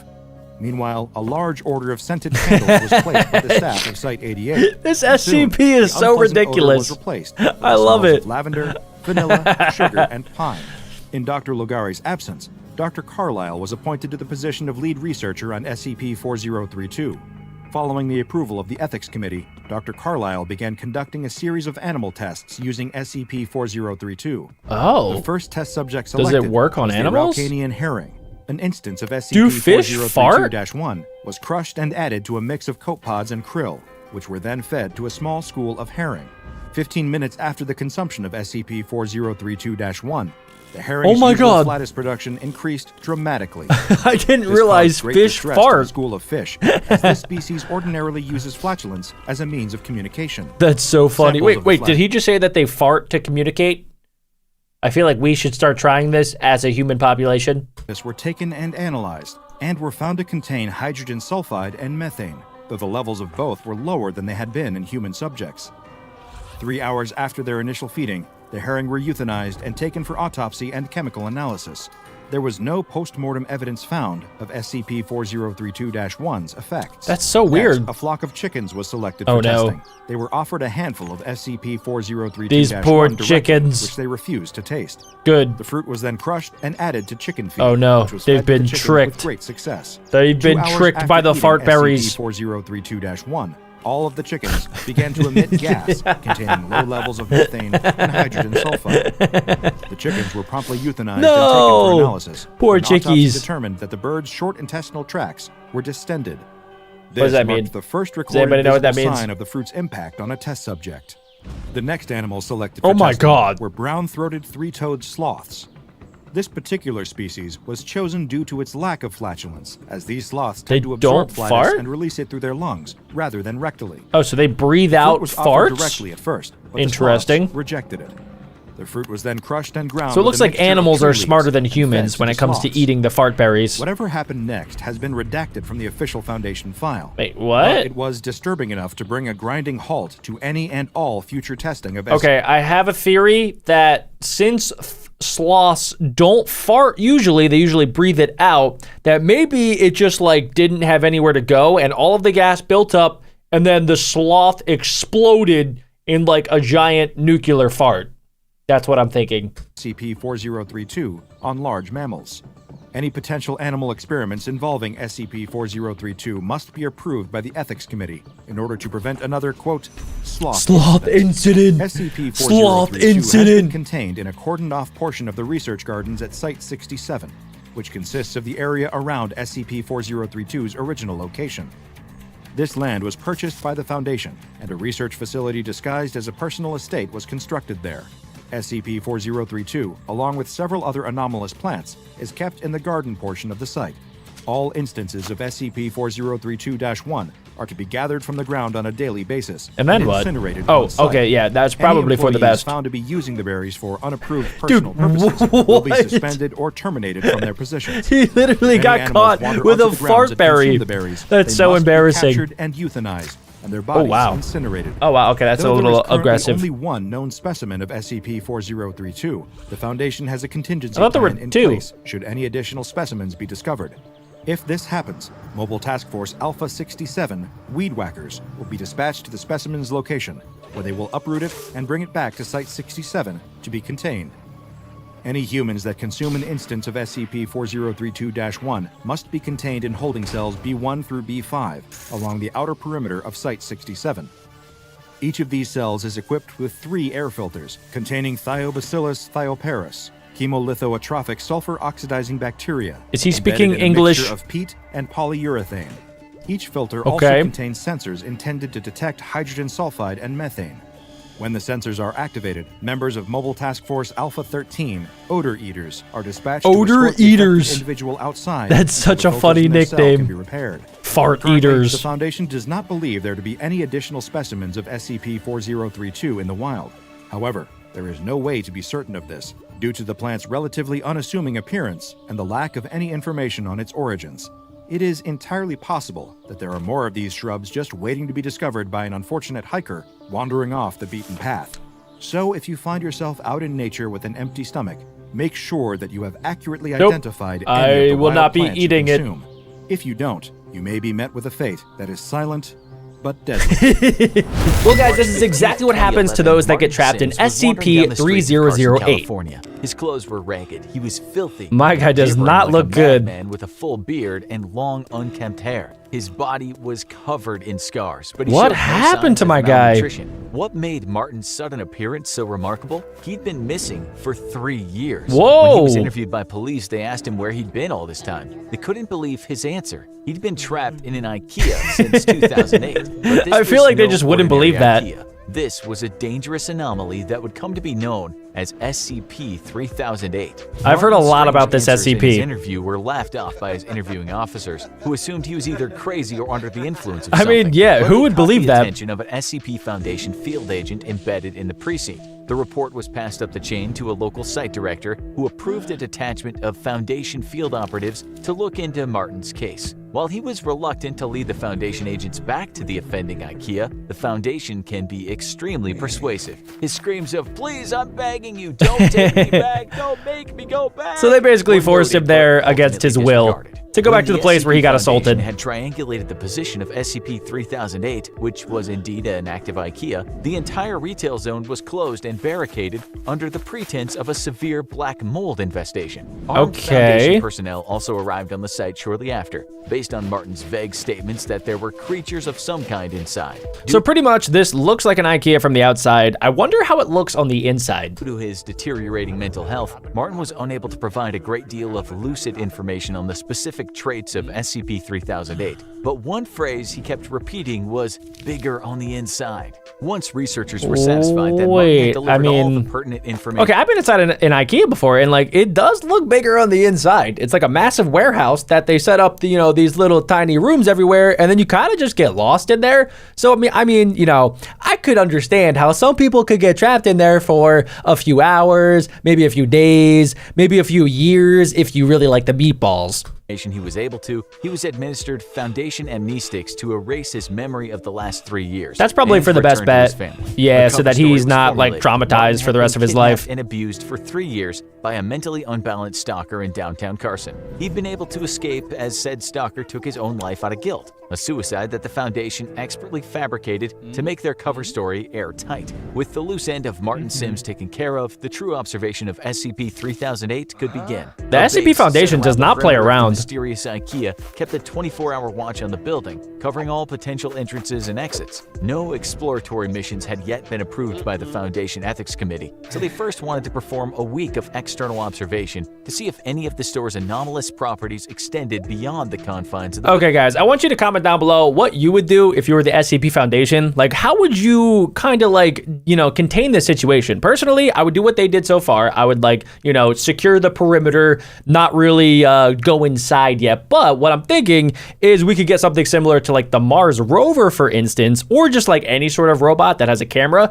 and then you just send that inside. That way, you don't have to waste any D-class personnel. building. After a week of nothing, it appeared they did not. A local site director approved of the use of 20 disposable Class D personnel. Of course, they go. I swear, the SCP Foundation loves using D-class personnel when they could just use robots. Of SCP-3008. The D-class operatives would be split into 4 squads of 5 men: Alpha, Bravo, Charlie, and Delta Squad. Each would be assigned a different quadrant of the store and would deliver information back to the control team on site via a live audio and video link. Okay. 4 teams upon entering the store. But you could use reported robots. nothing out of the ordinary. Neither the audio or video they were sending back indicated anything different from a standard IKEA store, from the flat pack wardrobes to the Swedish meatballs. Team Delta, however, That suddenly is began insane. experiencing a scrambled audio and video connection. Shortly after, communication with Team Delta dropped off entirely. They disappeared somewhere inside the store and haven't been seen since. Okay, I'm sure you guys remember the first guy that came out of the IKEA. Somehow he escaped, and all over his body he had like marks and scratches. So there's clearly something inside that can do some serious damage. We just don't know what it is yet. With one notable exception. After the disappearance and the extraction of teams, Foundation researchers classified SCP-3008 as Euclid because its anomalous properties were at least confined to the interior of the store. Exactly. And even then, seemingly not the entire interior. The anomalous area within SCP-3008 became known as SCP-3008-1, and containment appeared to be 100% secure. There was no telling that's how many good. people had already gone missing in the store over the years, but the disappearances must be stopped. The Foundation maintained constant surveillance around the perimeter of SCP-3008, but That is kind of pretty crazy to think about. There's probably so many people that have, just told their friends and family, like, hey, I need a new plant. I'm going to go to IKEA. Maybe I'll get some lunch and like get some meatballs and stuff. And then they just disappeared forever. When in reality, they went to an SCP IKEA and got trapped there forever. it appeared they could prevent any further incidents by simply preventing other civilians from accessing the IKEA store. Martin's ravings about monsters were assumed to just be the product of delirium, until a surviving member of Delta Team suddenly reappeared. The date was November 3rd, Oh, he 2011. actually It came was a back. cold night, a few hours after what would have been closing time if the store were still active, and 7 months after the extraction teams had disappeared somewhere in the confines of SCP-3008. There had been no anomalous activity outside the store since the perimeter was first secured, and the Foundation researchers hadn't expected that to change until the last surviving member of Delta Team came barging out of the store's entrance. He actually made it Startled out? field operatives were amazed to see him again, What? but they were even more amazed to see what was following him out Oh of the my store, God. repeating the same It's a phrase, Swedish "Store is now man." closed, please exit the building." Despite the fact that the entity chasing the Delta Team survivor Huh? was wearing the yellow shirt and blue pants of an IKEA store employee, the being Where is his definitely was face? not human. It was around 7 feet tall with no 7 visible feet? face. The entity had grossly extended limbs, with each arm being around 5 or 6 feet long and ending in a huge oversized hand. Okay, guys, so it kind of reminds me a little bit of like the size and shape of the Shy Guy SCP. Like it kind of looks like a human, but not really. It's like super tall and skinny, and it has really long limbs. And more importantly, it can do some serious damage. The whole process was so sudden that the field agents present at the perimeter weren't able to save the Delta Team survivor. Oh my as God, the he entity died? reached forward with his freakishly No. long arms, grabbed him, and twisted his head off like a child's What? doll. The field operatives present drew their weapons and peppered the entity with bullets. It would later be Are you classified kidding as me? SCP-3008-2. The being appeared to collapse and die from the physical trauma. Oh, at okay, which so it's not point as it strong and as the Shy Guy. body of the former Delta Team survivor were taken for an autopsy by Foundation researchers. There were no biological abnormalities of the body of the Delta Team survivor, so it did not appear that the anomalous properties of SCP-3008-1 had any effect on the physiology of its occupants. Okay, so basically what they're saying is that the 20 D-class personnel that they sent in there and everybody else that's been inside of this IKEA has just been like living in there. Like you can eat the food, you can use the furniture, like it's only SCP whatever 3008-2 that are actually going to hurt you, which is honestly kind of crazy. Like they're just living inside an IKEA, which honestly, like that doesn't sound too bad. He was not malnourished despite being missing for months, and the contents of his stomach looked to be half-digested food consistent with the menu of a typical IKEA store restaurant. That is so funny. SCP-3008-2, on the other hand, raised a number of perplexing biological questions. The autopsy revealed that the creature's clothes were actually part of its body, like an additional layer of skin. The creature lacked blood creepy. or any kind of vascular system. Even stranger, the entity didn't appear to have bones or internal organs, So not even a brain what or nervous system. is it? It was a being made entirely of skin all the way to its core. How it What? was able to move, or even live for that matter, remains a mystery. Though when you work for the SCP Foundation, These you learn to SCPs accept creep that me some out. things will always remain unexplained. One thing was certain though, Martin Sims was right about his monsters. After the incident with Delta Team, the Foundation deemed that sending manned explorations into the heart of SCP-3008 was too much of a liability, and planned a series of drone-based reconnaissance missions into the anomaly. The first of these drones experienced connection issues and failed when attempting to venture into the IKEA's anomalous zone. However, after a lengthy period of trial and error, the Foundation was able to establish a more secure connection with its drones, even when deep into the SCP-3008-1 anomalous zone. It was only then that some of the most extraordinary discoveries were made. SCP-3008-1 seemed to break the laws of spatial reality, as the area of the IKEA's interior was wow. at least an order of magnitude larger. So the guy Martin at the start of today's video was right when he said that it's bigger on the inside than it actually looks on the outside. So like I wonder if it's infinite on the inside. Larger than its exterior. Just as Martin Sims had said, it was bigger on the inside, but just how much bigger? The Foundation has yet to find evidence of any physical terminators within the store that might indicate SCP-3008-1 has an end point. So While an it area is of at least 10 infinite. kilometers squared has been uncovered Wow. in SCP-3008-1. 10 kilometers? It could, in theory, be infinite. Laser rangefinder tests, which Holy are normally smokes. very reliable, have only given inconclusive results. Interestingly, the anomalous area doesn't have any clear visual differences from the rest of the IKEA store, except that it extends forever. An individual trapped within the confines of SCP-3008-1 wouldn't even realize they've entered an anomalous zone until they tried to locate an exit and leave, at which point they'd find they were already hopelessly lost. The geography of SCP-3008-1 does at least appear to be consistent, so people trapped within are theoretically able to retrace their steps and escape if they haven't already ventured too deep. See guys, I don't know. This is one of those SCPs that like, it feels like it could exist a little bit, since I'm sure you guys have been in an IKEA or a store very similar where like it's just so massive that you feel like you're lost sometimes. Like you could just get confused by all of the different like hallways and different places that you can go down and all of the things to look at, and the restaurant with the Swedish meatballs, they're pretty distracting. So I could see how like something like this, I don't know, could be very believable, even though obviously like there's no such thing as an infinite IKEA. That just can't be possible. However, I could see something like the world's biggest IKEA, people could get trapped in there for days without anybody knowing. It could happen.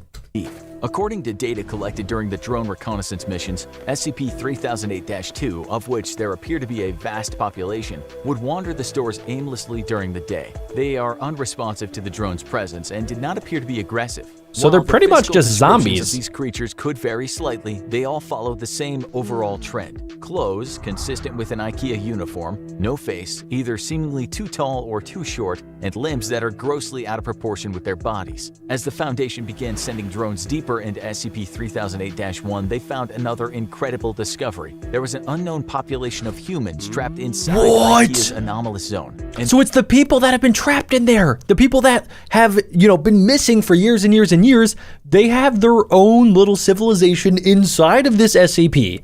I don't think I've ever seen an SCP like that before. these people had used the IKEA furniture around them to create entire settlements and What? towns within the store. There were several of these towns. Okay, all of this would which actually seemed be a to really cool cohabitate TV show. peacefully. Even Foundation personnel found this development in their research to be truly extraordinary. Since SCP-3008 was first identified, there have been only 14 civilian escapes. Some had been trapped inside for months, others had been in there for years, some Wow. far longer than Martin's 3-year stint. while every one of these escapees has eventually been released back to their home after a liberal application of amnestics and a proper cover story has been devised, the Foundation interviewed each of them extensively first. According to each of these escapees, the people trapped inside the IKEA have built an entirely new society across the various settlements. Contrary to the Lord of the That Flies is expectations of a group incredible. of people isolated and afraid, there's immense cooperation between the trapped civilians. I am kind of curious though, why have only a few people escaped? Considering like it seems like some of these people that did escape, they were in the civilization, so eventually they decided to leave. I wonder if like, you know, most of the people there, maybe they're just happy. Maybe they like have a system down, they get free food, they get, you know, a really cool place to live. They probably built up like giant walls using couches and other furniture to keep out like the really bad zombie SCPs. So I feel like some of them might actually like it there and don't want to escape. I can't be sure, but I could see that happening. The food in the several IKEA restaurants in SCP-3008-1 mysteriously replenishes while nobody's there, so there's no threat of starving. And the automatic turning on and off of the lights forms as a rudimentary kind of day and night cycle. Nighttime, however, is when things get dangerous, as the SCP-3008-2 entities, which are known to the people inside as the staff, become extremely hostile after dark. Aggressive hordes of the staff swarm the settlements at night, repeating, "This door is now closed. Please exit the building." I mean, that would be pretty scary. To repel these attacks with minimal casualties, but the constant war of attrition slowly wears down those inside. The bodies of the creatures also need to be removed from the area after each attack, as the presence of corpses or even parts of corpses has been known to heighten the ferocity of the next night's attack. During the day, the staff return to a docile and unresponsive state, though they'll still defend themselves violently if anyone dares to attack.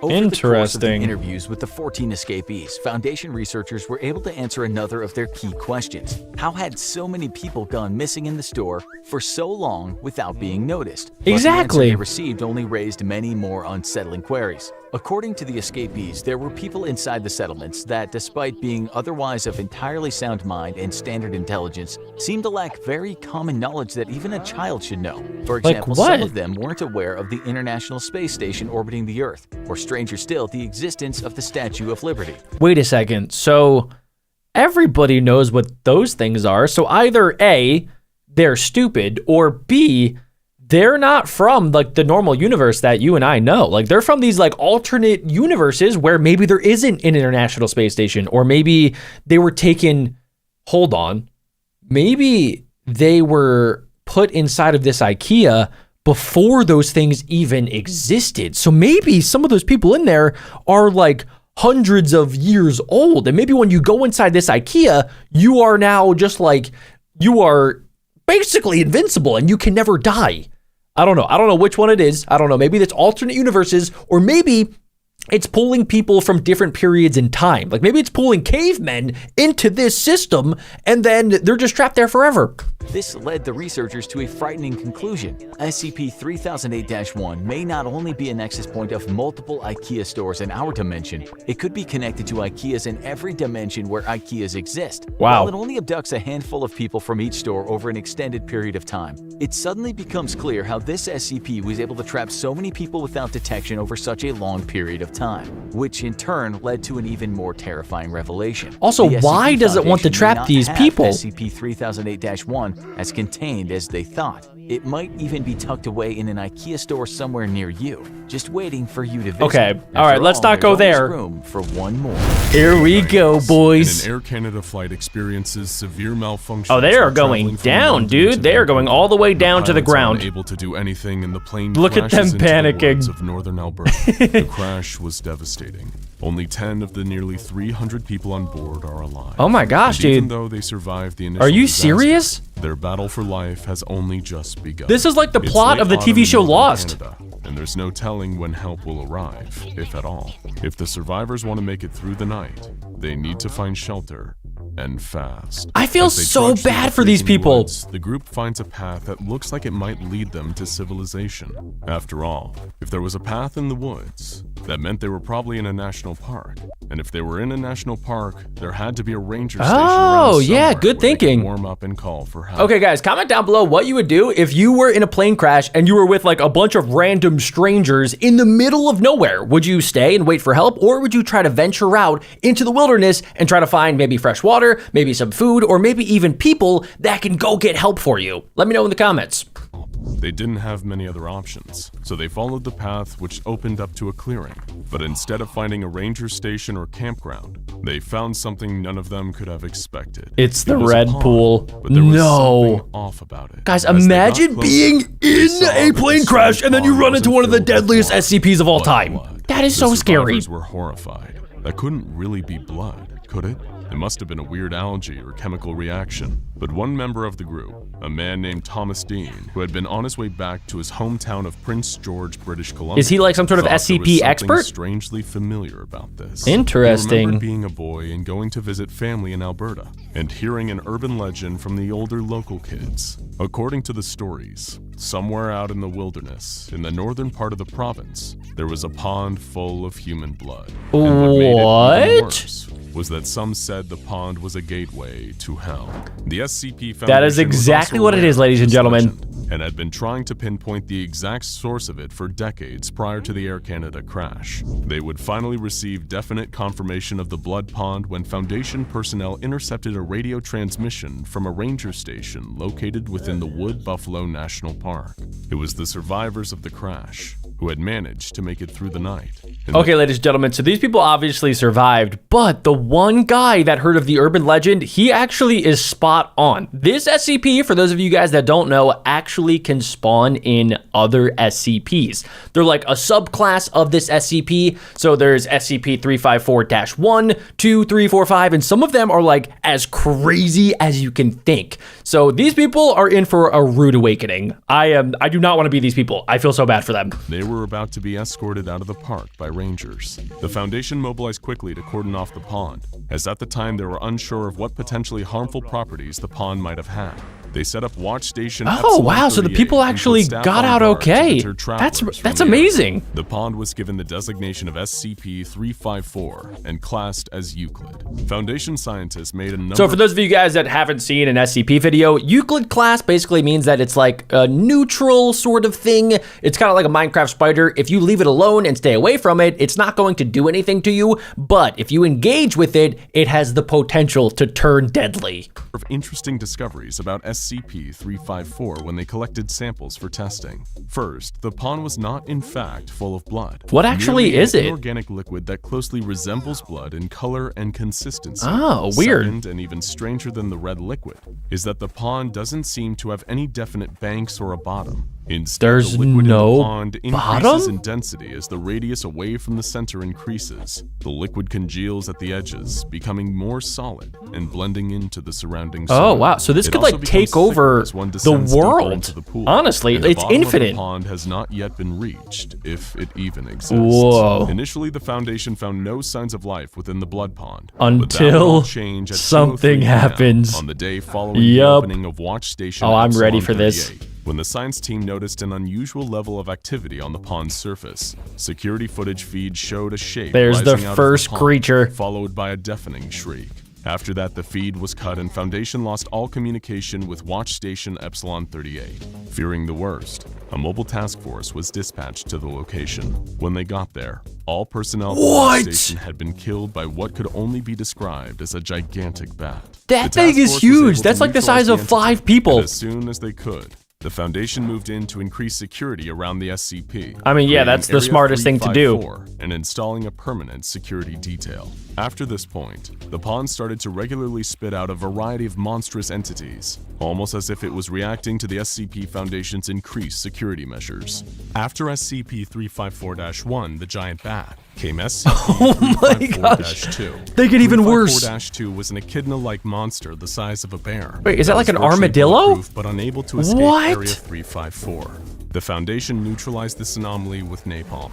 SCP-354-3 was a floating Okay, black what sphere is capable of that? firing deadly beams of concentrated energy. The area's head scientist was able to hit it with a sledgehammer, causing the sphere to malfunction and self-destruct before it was able to escape. Okay, guys, the first two kind of made sense. You know, they were like animals, or at least like variations of animals. There was a bat, there was like a bear-like armadillo. This one is a lot different. So I thought for a second that this SCP only spit out like really, I don't know, like Godzilla forms of like normal animals, like just giant versions of any type of animal that we already know about. But this one's different. This one is like a cyborg sphere that has electric abilities. So I wonder like how it decides what to send out from the red pool. Area. The Foundation wasn't as lucky with SCP-354-4. Is that a dragon? This creature was a reptilian humanoid that stood roughly 15 feet tall and was unable to be It's put Joe down Biden. with gunfire. This was the first creature from the pond to Oh my successfully God. escape containment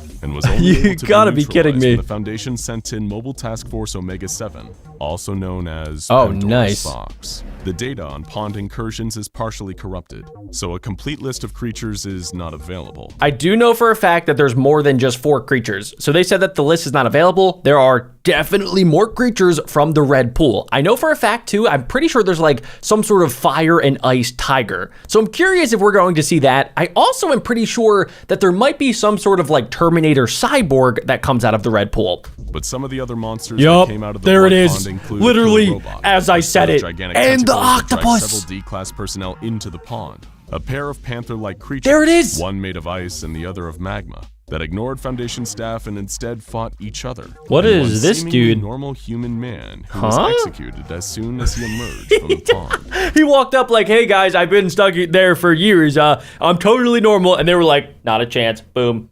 You're dead. Tests on his body revealed that he was, in fact, Oh my totally normal gosh, he and was would have normal? posed no threat. You gotta These be anomalies kidding came me. out of the pond at fairly regular intervals for several months, before the pond went silent for an unprecedented 22 months. The head scientist so at the time weird and noted, random. I suspect this means one of two things. Either the red pool has died or powered down, Huh. whatever the correct term for There's it no is, way that it or died. is charging up for something big to I come through. feel like it Both might be believes charging the up. former is the most likely explanation, and has recalled 30% of our total personnel and cut 25% Really? of our funding. So they think that While it's I can only powering hope down. that they are correct.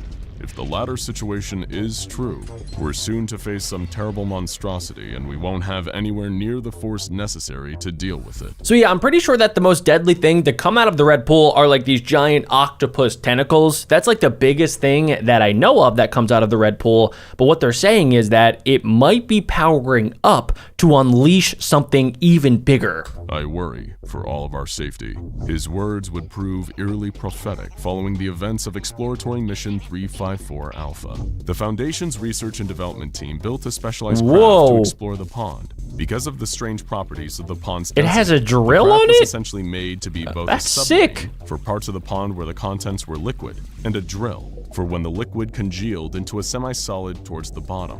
The exploration team consisted of Agent Swanson, Agent Turquoise, they all Agent dead. 86, They all Dr. gonna J. die. MacArthur, Chris R.I.P.. Simmons, Leroy Tucker, and a pilot named Who is Martin. Agent With the team 86? assembled, That's such the a ship was random sent name. down into That's the like pond. Elon Musk's Nothing son. eventful happened for the first 2 days of the mission, but at 4:30 a.m. on the third day, Whoa. gravity suddenly reversed for the crew of the ship. This Wait seemed a to indicate second. that they were approaching the halfway point, though what would be on Gravity the other side, nobody went could say. away? On the fourth day, the ship Huh? surfaced, proving Wait, definitely what? that the pond was in fact some sort of portal. The crew looked out of the portholes to see the darkness of night above them.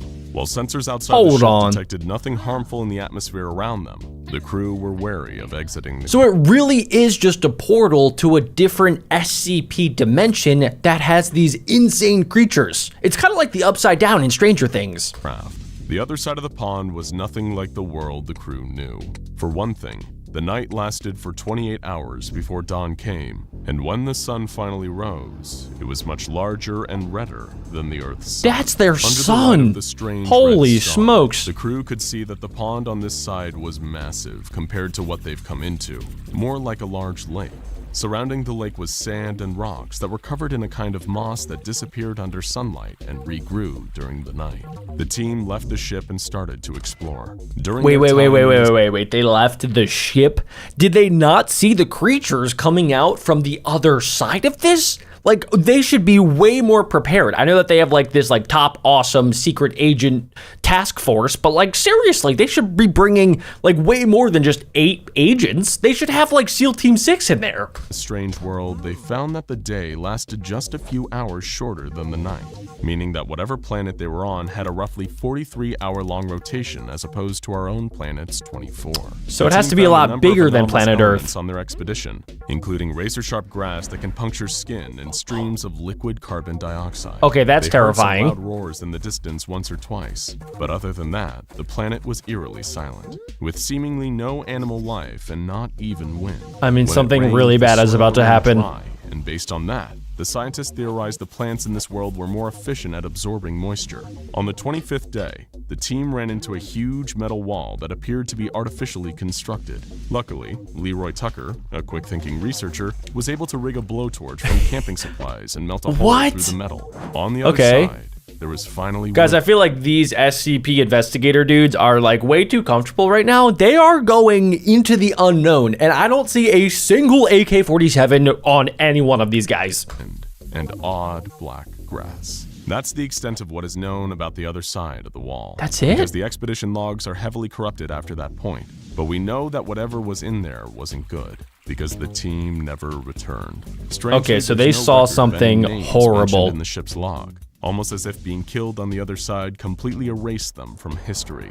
No other expeditions into the wait, pond were launched they- after that. did On they an die there? undisclosed date, a year following the discovery of the Blood Pond and construction of Area 354, the site was completely evacuated, and power was cut to the area. Mobile task force Wait a second. They completely abandoned the site where like these underground purgatory monsters were coming out of. I feel like that is, I don't know, a little bit weird. They should definitely leave at least a few people there to monitor the situation. Like, what if actual, like, I don't know, the devil comes out of there, or Godzilla, or something even worse than those two combined? Like, somebody should be there just in case. The 12 was dispatched to investigate the cause of the evacuation, but before contact could be established, the area's on-site nuclear warhead was detonated. They have a completely nuke? Destroying the site. Wait, but MTF Theta what 12 about was the then Red attacked Pool? by a convoy made up of D-class and other low-ranking staff Wait, who had evacuated what? Area 354. Guys, It I've was never seen apparent this. that there They're had been fighting some each kind of other. mutiny within the site, and that a dissolution of the chain of command had led to its evacuation and I've destruction. never seen this The convoy before. totally annihilated MTF Theta 12. Are you and serious? No further contact with the former personnel of Area 354 has been made since. Dude, Following this the is site's crazy. detonation, a new site was constructed called simply the Red Pool Containment Site. Unlike the previous facility, which focused on research and neutralization, the new site is entirely concerned with containment. I mean, The yeah, shift that's and directive smart. Came as a response to the pond's apparent reactive nature.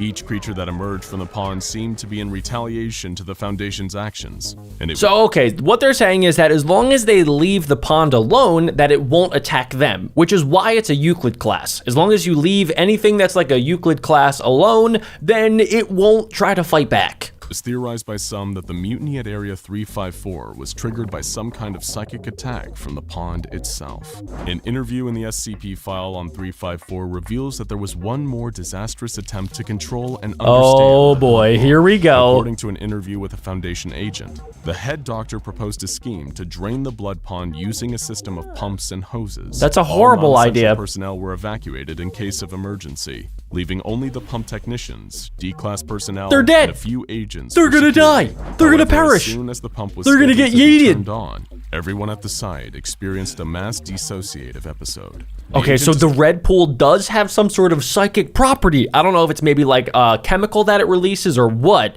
but it can take over your mind on top of releasing the most crazy creatures of all time. This thing is honestly, this is one of the craziest SCPs that we've ever investigated. described the feeling they all experienced as like being in a dream and suddenly realizing that you're asleep.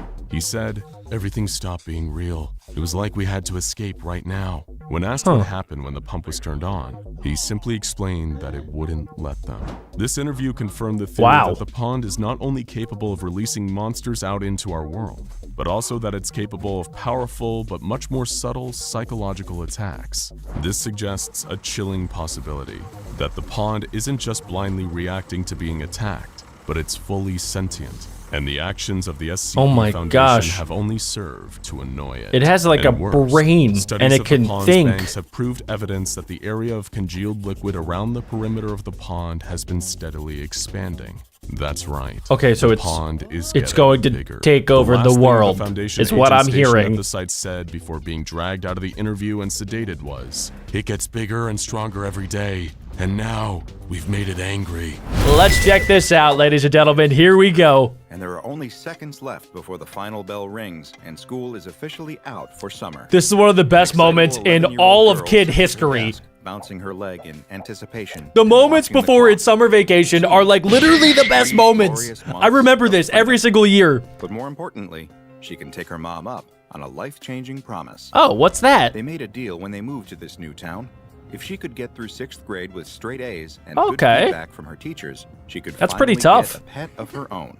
There were some stipulations, of course. The pet can't be too big. All right. Make a lot of So noise. it can't be like a It needs to be dog, something can't she be a can take bird. care of by herself. Maybe like It a was frog? hard work, but A she goldfish? buckled down, studied hard, and even found a math tutor. Okay, that math tutor is Time kind of is now sus. in 5, 4, Oh, come on. 3. She's so excited, dude. Her excitement is contagious. I'm excited for her. And the class erupts into Yes, cheers. let's Summer's go! here. Summer She shoves her book into her vacation! bag, Yes! runs out the door so Yes! quickly, she barely catches her teacher's parting words of, "Have a great summer vacation." Yeah, nobody everyone." cares. It's summer vacation. The I don't halls have are to talk to you. swamped, Kids all rushing toward the buses, their parents' cars, or their final walk home of the school year.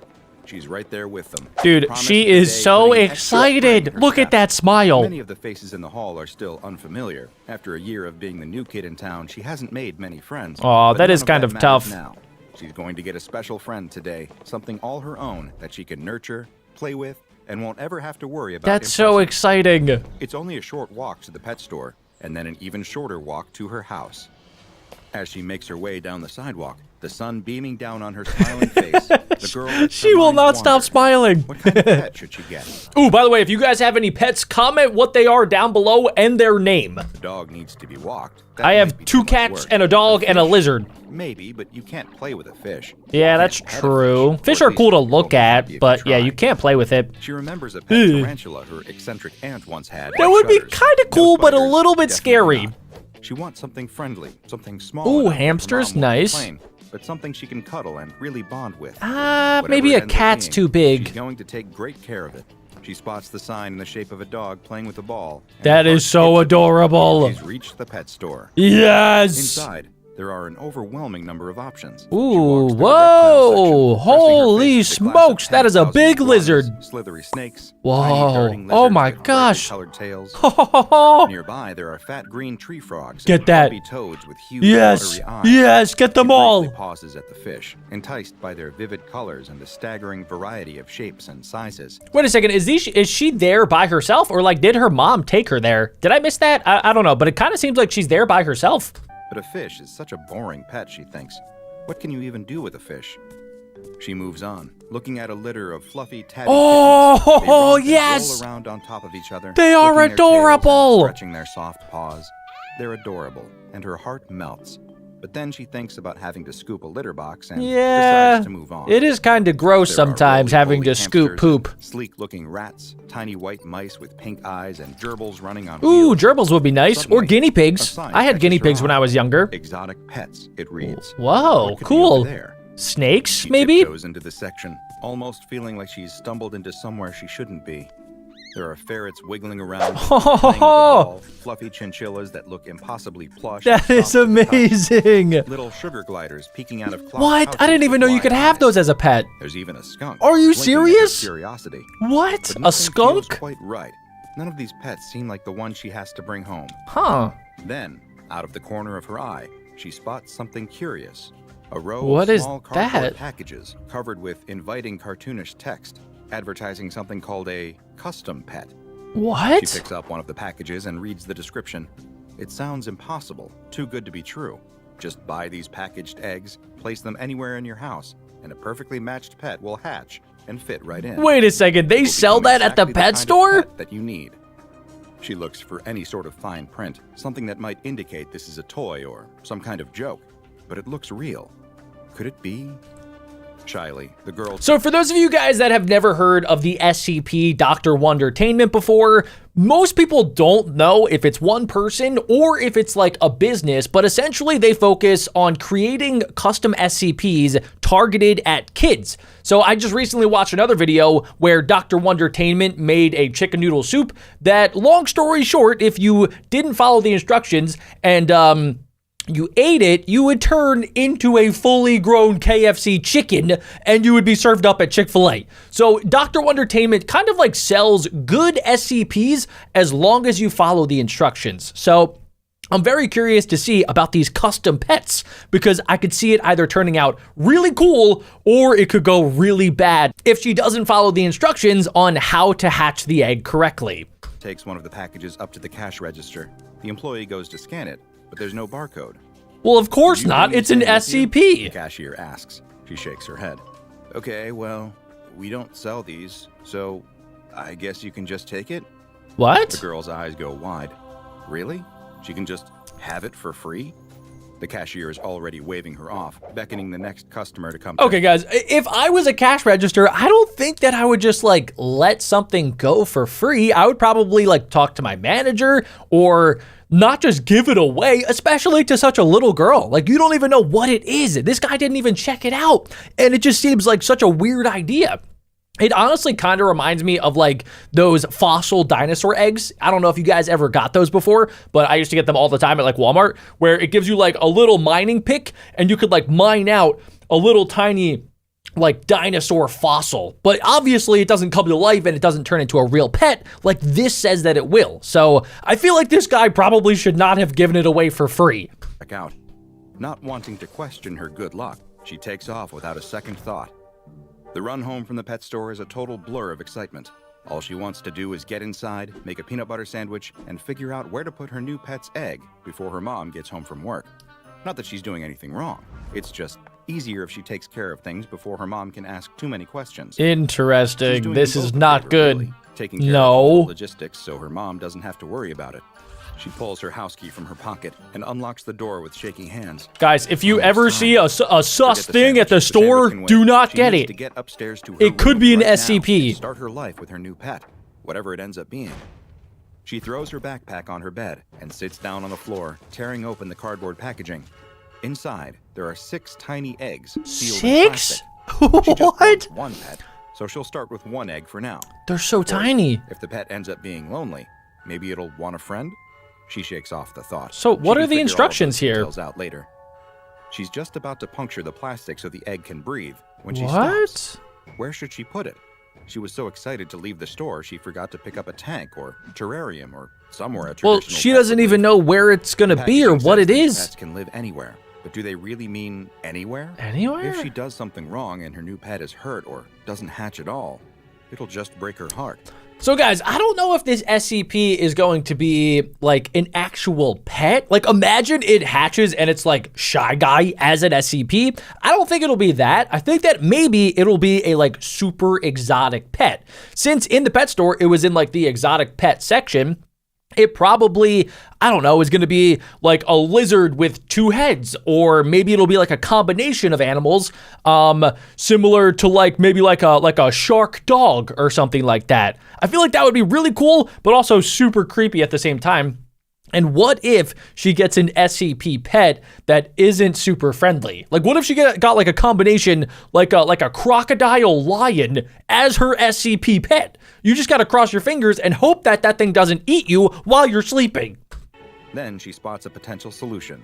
An old dollhouse, frilly and pastel pink and surprisingly spacious inside. Ooh, sits next nice. to her bed. Good find. She hasn't played with dolls in a while, insisting she was too old for them when she started 6th grade. Well, now But you can have a she's thrilled pet that she instead didn't of a get rid doll. the dollhouse just yet. Even if the dolls don't live there anymore, maybe now it can be a home for something new. For whatever hatches It's out so of this tiny, strange dude. little It looks egg. like a little like candied Carefully, she corn. breaks the plastic seal on There the was egg plastic and on places it that? inside the dollhouse. All of the doll furniture and little plastic choking hazards are gone. Did she read the leaving only a instructions? pretty pink Victorian-style enclosure. Are you the egg supposed to can do safely that? Hatch. Now, all she has to do is wait. I feel so bad for Later her. that night, the girl wakes from a deep sleep to the sound of something Oh moving my inside the god. dollhouse. Okay, so she did not tell her mom. She was supposed to tell her mom, but she didn't. When obviously the mom came home at some point and she didn't mention anything. So yeah, like she has no idea that there is a random egg about to hatch. The skitter of tiny legs, the rustling Oh, I of hope it's something not a inside the spider. formerly vacant If it's a dollhouse. spider, I'm burning my She sits PC. up and is about to go peek inside when a chill of fear runs down her spine. What is it? What if it's something horrible? Yeah. She doesn't know what kind of eggs those I were. don't She'd know never seen either. anything like them before. I would probably What if not it's a just hatch spider a random or egg. worm or some other awful monstrous thing she Ah! can't imagine? Oh She no, it's a runs into her slug! home to where It's she a and her mom slug! sleep without even Oh questioning it. god! She sits for a moment. The only sound the rustling of the thing in the dollhouse. I hope and it's like her a own Pikachu. short, panicked breaths. Then there's another sound. Oh, Light and sweet, like a little bird chirping. oh, It's that's coming nice. From the dollhouse. Curiosity finally gets the better of her, and she opens the dollhouse. lifting the What roof is off. that? Inside, she spots it. Is Her that a new pet, cat or a feathery mouse? soft fur, pastel pink and white, covers the little Huh? animal, which is currently exploring its new home delightedly. It flicks around What a poofy little is tail that? looks a bit It looks like a lavender Furby. feather duster, and stops to blink up at her with two large, friendly purple eyes. Are we seeing this right? Slowly, she reaches a hand down to pet the animal, and it nuzzles into her What? paw, body vibrating with something like a kitten's purr. So it's like a cat hamster combination, maybe like a cat hamster guinea pig, and it's actually really cute. Any tension she felt before melts out of her body as she realizes the packaging was not lying. Well, at least But the it's not pet like a in an lion environment turtle that or was something comforting, scary. Sweet, happy, a piece of childlike joy, and it had become the living embodiment of those things. For a brief moment, she wonders how she'll explain this new addition to the household, what she'll need to feed it, and what her mom will say. But then her new best friend chirps happily again, and all she can think is, this is going to be an amazing summer. Okay, guys, so that pet fit exactly the description of like what her mom wanted, which is kind of what she wanted, which was like a tiny, cute, cuddly pet, not a fish, not something that was like too big or too small. So it's kind of like the perfect size. She can cuddle with it, and it's extremely friendly. So it kind of makes me wonder, is this SCP going to be exactly what you want it to be? So like, for example, if I were to hatch this little egg, and I was thinking like, oh, I want like a crocodile turtle, would it hatch as like a crocodile turtle combination? Could I just like make it be whatever pet I want it to be? I don't know if that's how it works, but that would be really cool if that's how it works. Things worked out very well for the girl. Meanwhile, other families across town were screaming in horror as a tiny fire-breathing creature set their Whoa! brakes ablaze, Oh, other and people another bought slowly it! Dropped down from the ceiling on a Oh, I silvery didn't think thread, about that. blending into the shadows. This girl was not the only child to bring home one of these miraculous pets and hatch it in her home. What? And other children were much less careful about So- where they put the eggs. So she just got Of lucky. course, the children weren't to blame here. Oh, wait a second. So Dr. Bob just said an important detail there. The other kids weren't careful about where they put the egg. So maybe it's not what you're thinking of at the time that you place the egg down. Maybe it's more important where you place it. She placed it in like a princess dollhouse, which is cute.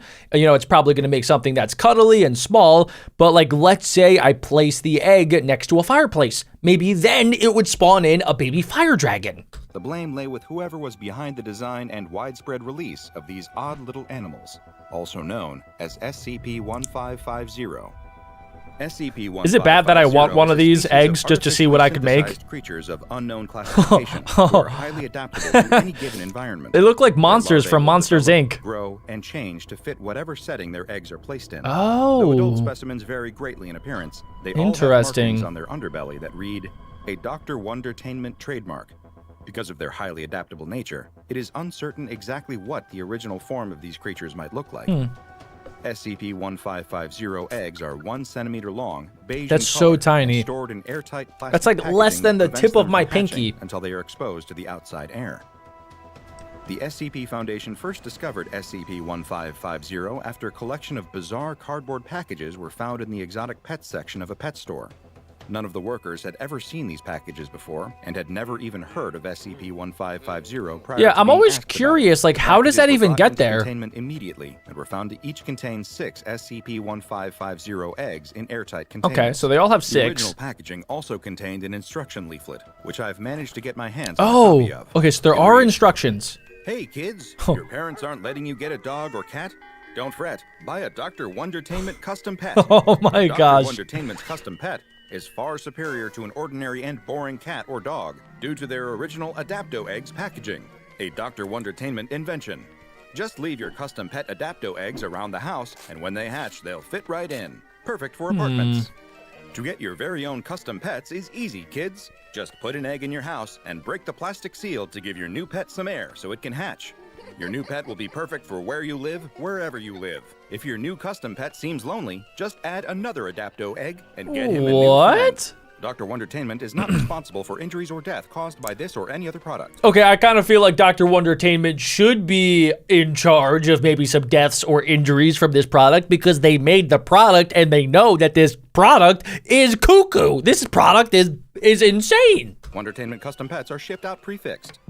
Who exactly is this Dr. Wondertainment? A person? A corporation? Yeah, we A don't highly know. Intelligent octopus with a penchant for toy design? Okay, The Dr. Bob identity is of the onto force behind something. The trademark is undetermined, but whatever Dr. Wondertainment is, one thing is certain. The toys they create are highly unusual. Dozens of Wondertainment's creations have been contained by the SCP Foundation, including SCP-2855, SCP-2396, and Okay. SCP-111. Is that one of the They range animals? from useful to whimsical to downright destructive, and the motives behind each invention are currently unknown. SCP-1550 is just one in a long line of anomalous toys from the shadowy toymaker. And so, like they have with so many other Wondertainment products, the research staff at the Foundation decided to perform some exploratory tests on these supposed custom pets. First, one SCP-1550 egg was placed in a tank of seawater and left Okay, to this is hatch. kind of cool. When it did, it produced a specimen with gills all along its upper Wow. back behind its eyes, an array of flat and broad tails it could use to swim efficiently. Guys, is it Further bad that I examination want to of the get these creature eggs revealed and that it test them? exuded special mucus to protect its eyes from the salt water, and a swim Whoa. bladder that was discovered during dissection.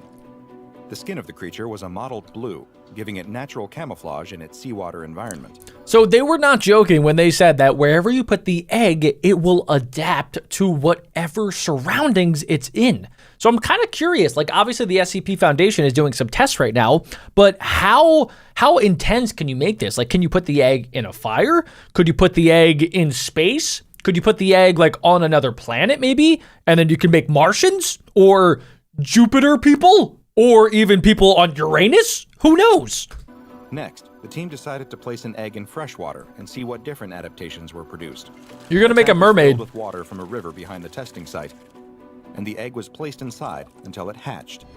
Interestingly, What this specimen is of that? SCP-1550 did not possess any gills, suggesting similar circumstances would not necessarily So produce the same adaptations. it's like a mammal then. Instead, this specimen had enlarged lungs and a thin, streamlined body for more efficient movement. Yeah, it's like a dolphin. Next, the team prepared a terrarium meant to simulate the ecosystem of a temperate forest and placed the next egg inside. Ooh, it's gonna make like a When it squirrel. hatched, it produced a specimen of SCP-1550 covered in a layer of brown fur, with a ridged underbelly resembling that of a snake. What It is also had that, a tail dude? consisting of large tentacles. Are you Along the ridged serious? underbelly, That there was is a so smooth patch of cool. Skin with the Dr. Wondertainment logo printed like a tattoo. So it does kind of just The team combine prepared other a different existing terrarium that animals. Simulated a desert ecosystem and allowed an egg to hatch inside. The resulting specimen was cold-blooded, tan in color to blend in with the sand, and skilled at Interesting. burrowing quickly to protect itself It's from kind of outside like a stresses. fox. It was also, notably, 1 centimeter larger than the previous specimens. The final terrarium was made to simulate the environment of an average urban apartment. The Okay, egg that hatched so inside it'll make like produced a creature cat. with leathery What? skin and eyes placed similarly to those of a I chameleon. thought for sure it would be Neither a of the cat. specimen was noticeably friendlier than its predecessors. Oh, and it wow. acted more like a domesticated house pet than a wild animal. So if you put the Wondertainment egg inside like a human house or an apartment, it'll be domesticated already. So you won't have to worry about it being like a wild animal. Its most impressive adaptation was its method of eating. Behind the specimen's jaw, there What? were strands of baleen like those found in whales. In a which allowed what? The creature to filter feed on dust and crumbs from the terrarium floor. That is so After weird. these experiments proved successful, The research team decided to test the eggs in more extreme environments. Yes, that's One what I egg want to was see. placed in a vat of molten iron. Can they It promptly survive? burst into flames and was completely destroyed. Oh, The head okay. researcher responded, "Well, what did you expect to happen?" Which seems like a fair point. The next egg was placed inside a vacuum chamber, which was then depressurized. The egg promptly exploded, covering the inside of the chamber in an unidentifiable slime. These two less than successful experiments led the research team to the conclusion that SCP-1550 eggs cannot survive in conditions that would be uninhabitable for any other animal. Ah, okay, so you There can't are put them limits on to different creatures' planets. adaptability. But what would happen to an egg placed in a hostile environment filled with something recognizable? A vacuum chamber was filled with seawater, and an egg was placed inside. The chamber was then pressurized to 15,750 psi. This time, the egg was not destroyed, but instead was able to So they basically just made an environment like if you were at the deepest depths of the ocean. successfully hatch. The resulting Whoa. SCP-1550 specimen bore a heavy resemblance to several Wow. deep-sea creatures, most notably Oh, the Charles anglerfish. Darwin would love Like to the get his anglerfish, hands on these the creature Easter had a eggs. bioluminescent lure dangling from its forehead. It also had gills, dark gray It blue looks skin, blind, flat too. and webbed fins, and enlarged eyes twice the size of those found on other specimens. Wow. Its teeth were sharp and ridged, similar to those of a shark. The head researcher made a note on this portion of the experiment log, asking, So it's basically "Just what like an kind of child anglerfish." Dr. Wondertainment is trying to sell these things to that they could live in conditions where a creature like that could be kept as a pet. All adult specimens of SCP-1550 are kept in a sealed 5 meter by 5 meter terrarium. Aw. Simulates desert conditions. So that means that the SCP Foundation took the little girl's like little fluffy Furby, which is so sad. This terrarium is monitored via electronic surveillance, and each of the specimens is implanted with a tracking device. Oh, okay. If one or more That's of the smart. specimens escapes, the area is locked down until all of the creatures have been captured. Okay, and guys, placed hear back me in out. the They could terrarium. make the most amazing All zoo with these SCP-1550 custom eggs pets. are kept in their packaging unless being used for testing. As the Foundation does not want the population of adult specimens to exceed 20 at any given time, excess specimens are terminated. No. Honestly, that makes me a little sad. Yeah, me I'd be too. happy to take them in if the research team can't keep them. See? Me But I too. digress. Having a pet is a big responsibility. Well, I guess you got and a some fish people anyway. just can't handle the risks and rewards that come with caring for an animal, especially one that can become an accidental weapon if you're not careful.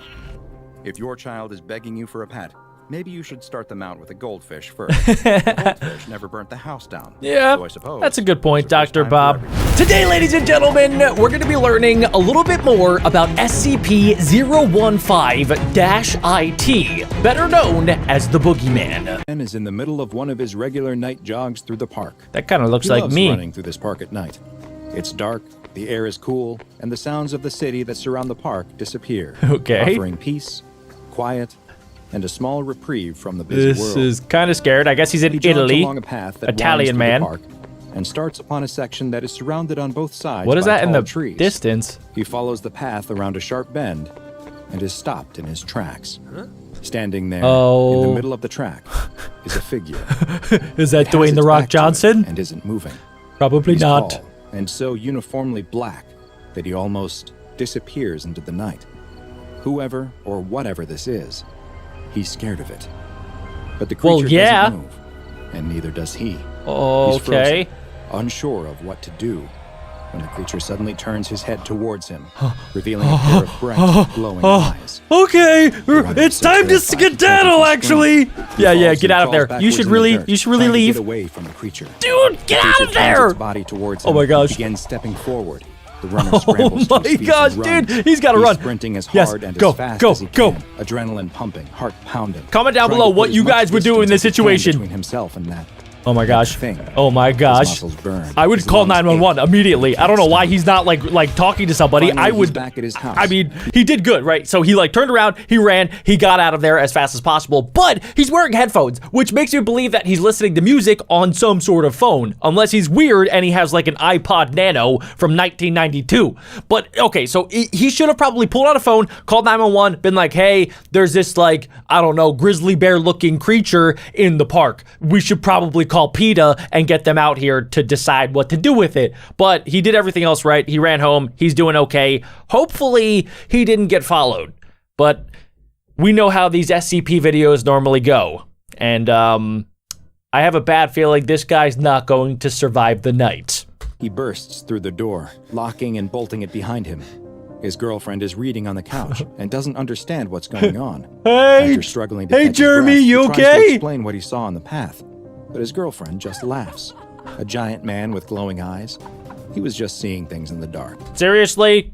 Seriously, girlfriend? Seriously, Susie? You're gonna laugh? After your boyfriend, covered in mud, he's sweating from head to toe, he looks like the abominable melting snowman right now, just told you a very serious story about how he was getting chased by a giant creature with glowing eyes. All right, even if you don't believe him, you should probably, I don't know, be a little bit more supportive and be like, hey dude, it's gonna be okay. I don't know what you saw, maybe you saw something, or maybe you were seeing things, but if anything, he is very scared right now, and he could probably use a hug. It was probably a dog, nothing that would justify the panic he was now in. That was not a dog. The next day, he's left wondering if he really was mistaken. Those piercing, glowing eyes are burned into his mind, though. Maybe his girlfriend was right, and it really was just a dog. No, Yes, she's that must gaslighting be it. him. His mind was just playing tricks on him. in Don't the get dark. gaslit, Even Jeremy. So, he's going to stick to running inside, at least for a little while. But he soon finds that he's having a hard time. He Why? notices that he's running out of breath much quicker than normal. Is he coming down with something? He doesn't feel sick, but then why is he suddenly so weak? Okay, guys, I wonder if this is kind of similar to some other SCPs that we've studied in the past, where you don't even really have to interact with the SCP. Some SCPs, all you have to do is look at them, and then you'll be infected with whatever this virus is that they can spread. So I'm starting to think that maybe all you have to do to get infected by the boogeyman is to look at him. And then maybe, I don't know, this is a wild theory, but maybe if you look at the boogeyman, you'll become the next boogeyman. Like maybe sooner than later, he'll become this giant beast that has like fur all over and has really big glowing eyes. And he just spends his nights in the park waiting for other people to infect. 2 weeks have passed since he saw something in the park.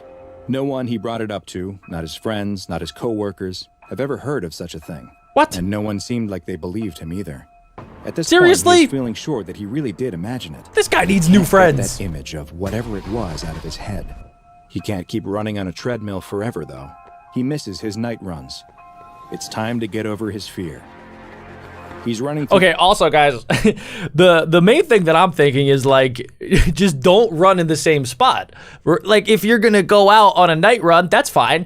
Go to like a more populated area. Go to like a little part of the city that has lots of people. So then it's not gonna be as scary. You don't have to go back to the same park where it is pitch black and there is a potential boogeyman that is going to get you. You don't have to do that. Just go somewhere else. the park again, enjoying the silence and the light breeze on his skin. He continues down the path, acutely aware that he's getting closer and closer to the Oh, this spot where guy's he saw dead. that thing before. This guy is so He dead. can't stop, though. He has to prove to everyone that he's not afraid. He has to You prove it to should be himself. afraid. He reaches the part of the path that runs through the tall trees. Just like before, the sounds of the city melt Stupid away. Italian The only man. sound coming from his steady, heavy breathing. He Dead. follows the winding path. He's dead. And feels his heart starting to race. He's dead. Turn He has to around. keep going. Turn around, dude. He rounds the same corner, and nothing is there. Oh my gosh. No. He slows to a stop. Of course nothing is here. Nothing ever was. He really did imagine it.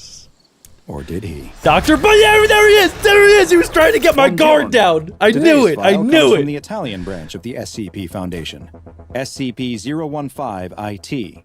Also known as the Boogeyman. So the boogeyman is an Italian man. SCP-015-IT Interesting. is a humanoid entity that stands just under 2 meters tall.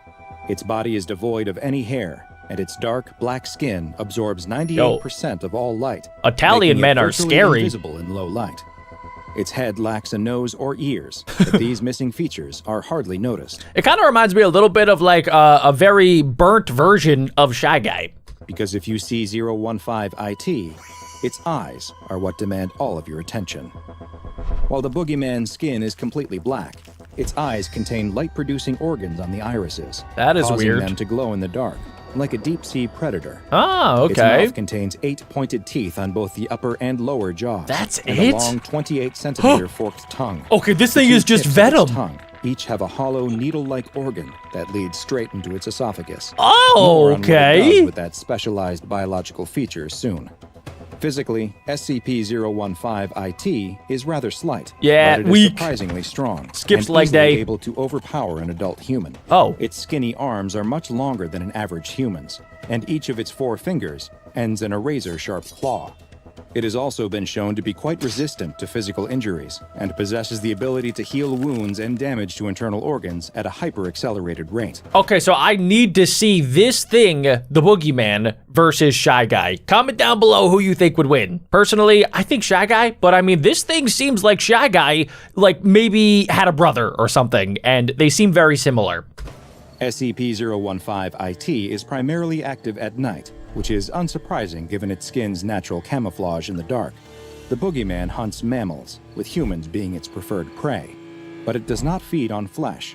Instead, SCP-015-IT draws its sustenance from the adrenaline and noradrenaline produced by its quarry. Oh. Adrenaline and noradrenaline are chemicals the body produces to increase heart rate, blood flow, and provide more energy to the muscles in moments of stress. So that's kind of like, I'm pretty sure, Pennywise from the movie and the book It, where he's not actually that dangerous if you're not scared of him. Like, he feeds off of fear and adrenaline and the fact that, like, he'll look at your worst fears and then scare you, and then that makes him more powerful. But if you're not scared of him, then he won't actually hurt you, which is pretty strange.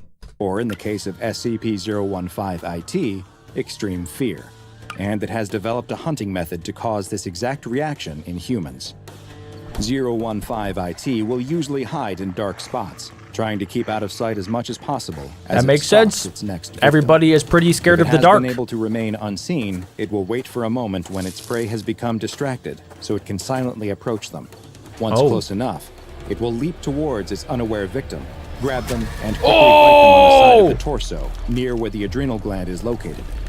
It uses its large teeth to anchor its mouth in place, as it uses the needles on its forked tongue to probe into their body. No. With one needle, Ew. it pierces directly into the adrenal gland and begins draining the blood that is now rich with Wow. fear-induced adrenaline.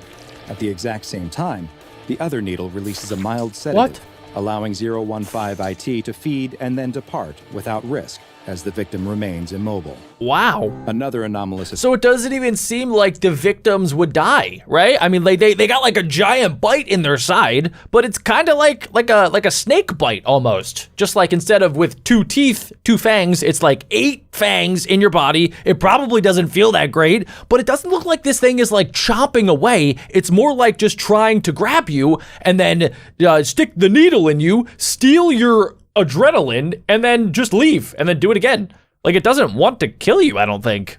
effect occurs when someone is unlucky enough to actually see the boogeyman. Roughly 2 weeks after observing the creature, the person who saw it will begin experiencing various detrimental mental effects, including hallucinations and panic attacks. Okay, Some so it will does also infect begin your to mind. Experience physical issues, most often damage to the cardiovascular system. It is unknown why exactly these mental and physical effects occur, but it is theorized that SCP-015-IT may use it as a way to weaken certain prey that it considers too strong or potentially dangerous. That makes sense. In 2011, the boogeyman was actually contained. What? By the SCP Foundation. The Brotherhood of St. George's Knights is a secret order in the Catholic Church that was created by the Pope in the year 453. Okay. To either contain or eliminate all anomalies. So the church caught the boogeyman. Just to make that abundantly clear, the church, not the SCP Foundation. It was the church. It was this group that first captured SCP-015-IT, which they designated as DIA-212, in line with their own classification system. While it was in their containment, they made a number of discoveries about the creature that they labeled as a shadow demon. Look at it in the background. First, they found that while it feeds on the fear of gosh. its victims by ingesting their blood, it doesn't actually require this to survive. Oh? DIA-212, as they call it, is an unstable entity, and feeding allows it to maintain its physical shape in our reality. Okay. In addition to its impressive physical strength, the boogeyman is also quite intelligent, as seen by its ability to successfully hunt, attack, and... So I don't know if you guys caught that, but Dr. Bob said that it needs to feed to keep its form in our reality, which kind of makes me think that maybe this creature is not from our reality at all. Maybe it's from an alternate dimension, a parallel universe, and for whatever reason, or like, yeah, just it's not from here, but in order to stay here, it needs to feed, which is why it does. Escape from humans. Strangely, it also appears to be resistant to weapons which have been blessed, causing only a fraction of the physical damage that they should when compared to a similar, non-holy version. So this thing is a During the demon. course of research into the creature, Father Ilardi, a member of the Brotherhood of St. George's Knights, wrote that despite the creature being repugnant beyond every limit, he believed that it had a gentle soul, and that its screams are similar to a pained cry. He postulated that SCP-015-IT may have even once been a human before some dark force transformed it into the monster that it had become. No He way. decided that it was his mission to find a way to communicate with the creature, and one day, bring it back into the light and love of his god. Father Ilardi was making good progress with the creature. How? And it seemed like it was even growing fond of him and his disciples. What? No, guys. We already talked about how this thing is intelligent. This thing clearly understood what the pastor wanted, and then was just doing the things that it thought it had to do to get the trust of the pastor, so that he could just break out and then do the exact same thing all over again. Like, I think that it's actually way smarter than we think. His advances were halted when they were attacked by a group of soldiers from the Fascist Council of the Occult, Or a maybe terrorist not. group that seeks to use anomalies as weapons in their quest to disrupt the social order. In the attack, several of the Brotherhood were killed, and in the commotion, SCP-015-IT escaped. Following this, reports soon began to come from the province of Caserta that described what sounded like vampire attacks. A mobile task force was That's sent to the area, and boogeyman! while 015-IT was initially able to make use of its various physical abilities to evade and escape capture, it was eventually shot with a transmitter that allowed it to be tracked. What? The Italian mobile task force was able to surround the creature, but fearing being contained again, it responded with a level of violence that it had not been thought capable of. Several members of the task force were killed in the line of duty before the boogeyman could finally be subdued. Okay, so back to what I was saying earlier. I don't think the boogeyman is as strong as Shy Guy. Shy Guy, even though Shy Guy I think was contained, Shy Guy is a monster when it is trying to attack and hurt somebody else. Like, if you look at Shy Guy, it will literally be able to break out of anything and it will find you and end you. But for Boogeyman, I don't think Boogeyman is like as powerful as Shy Guy anymore. But comment down below what you think. Today, SCP-015-IT is contained at Site Vittoria in the Emilia-Romagna region of Italy. Since this anomaly is both sentient and highly unpredictable in its behavior, it has been classified as Euclid. It is kept in a standard humanoid entity containment cell and is monitored by video cameras and infrared sensors at all times.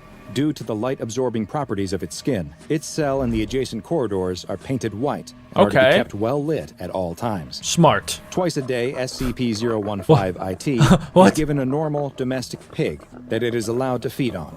Any personnel assigned to 015-IT duty must undergo a psychological assessment on a weekly basis, and, regardless of the results, must be cycled out after 3 months of exposure to the boogeyman.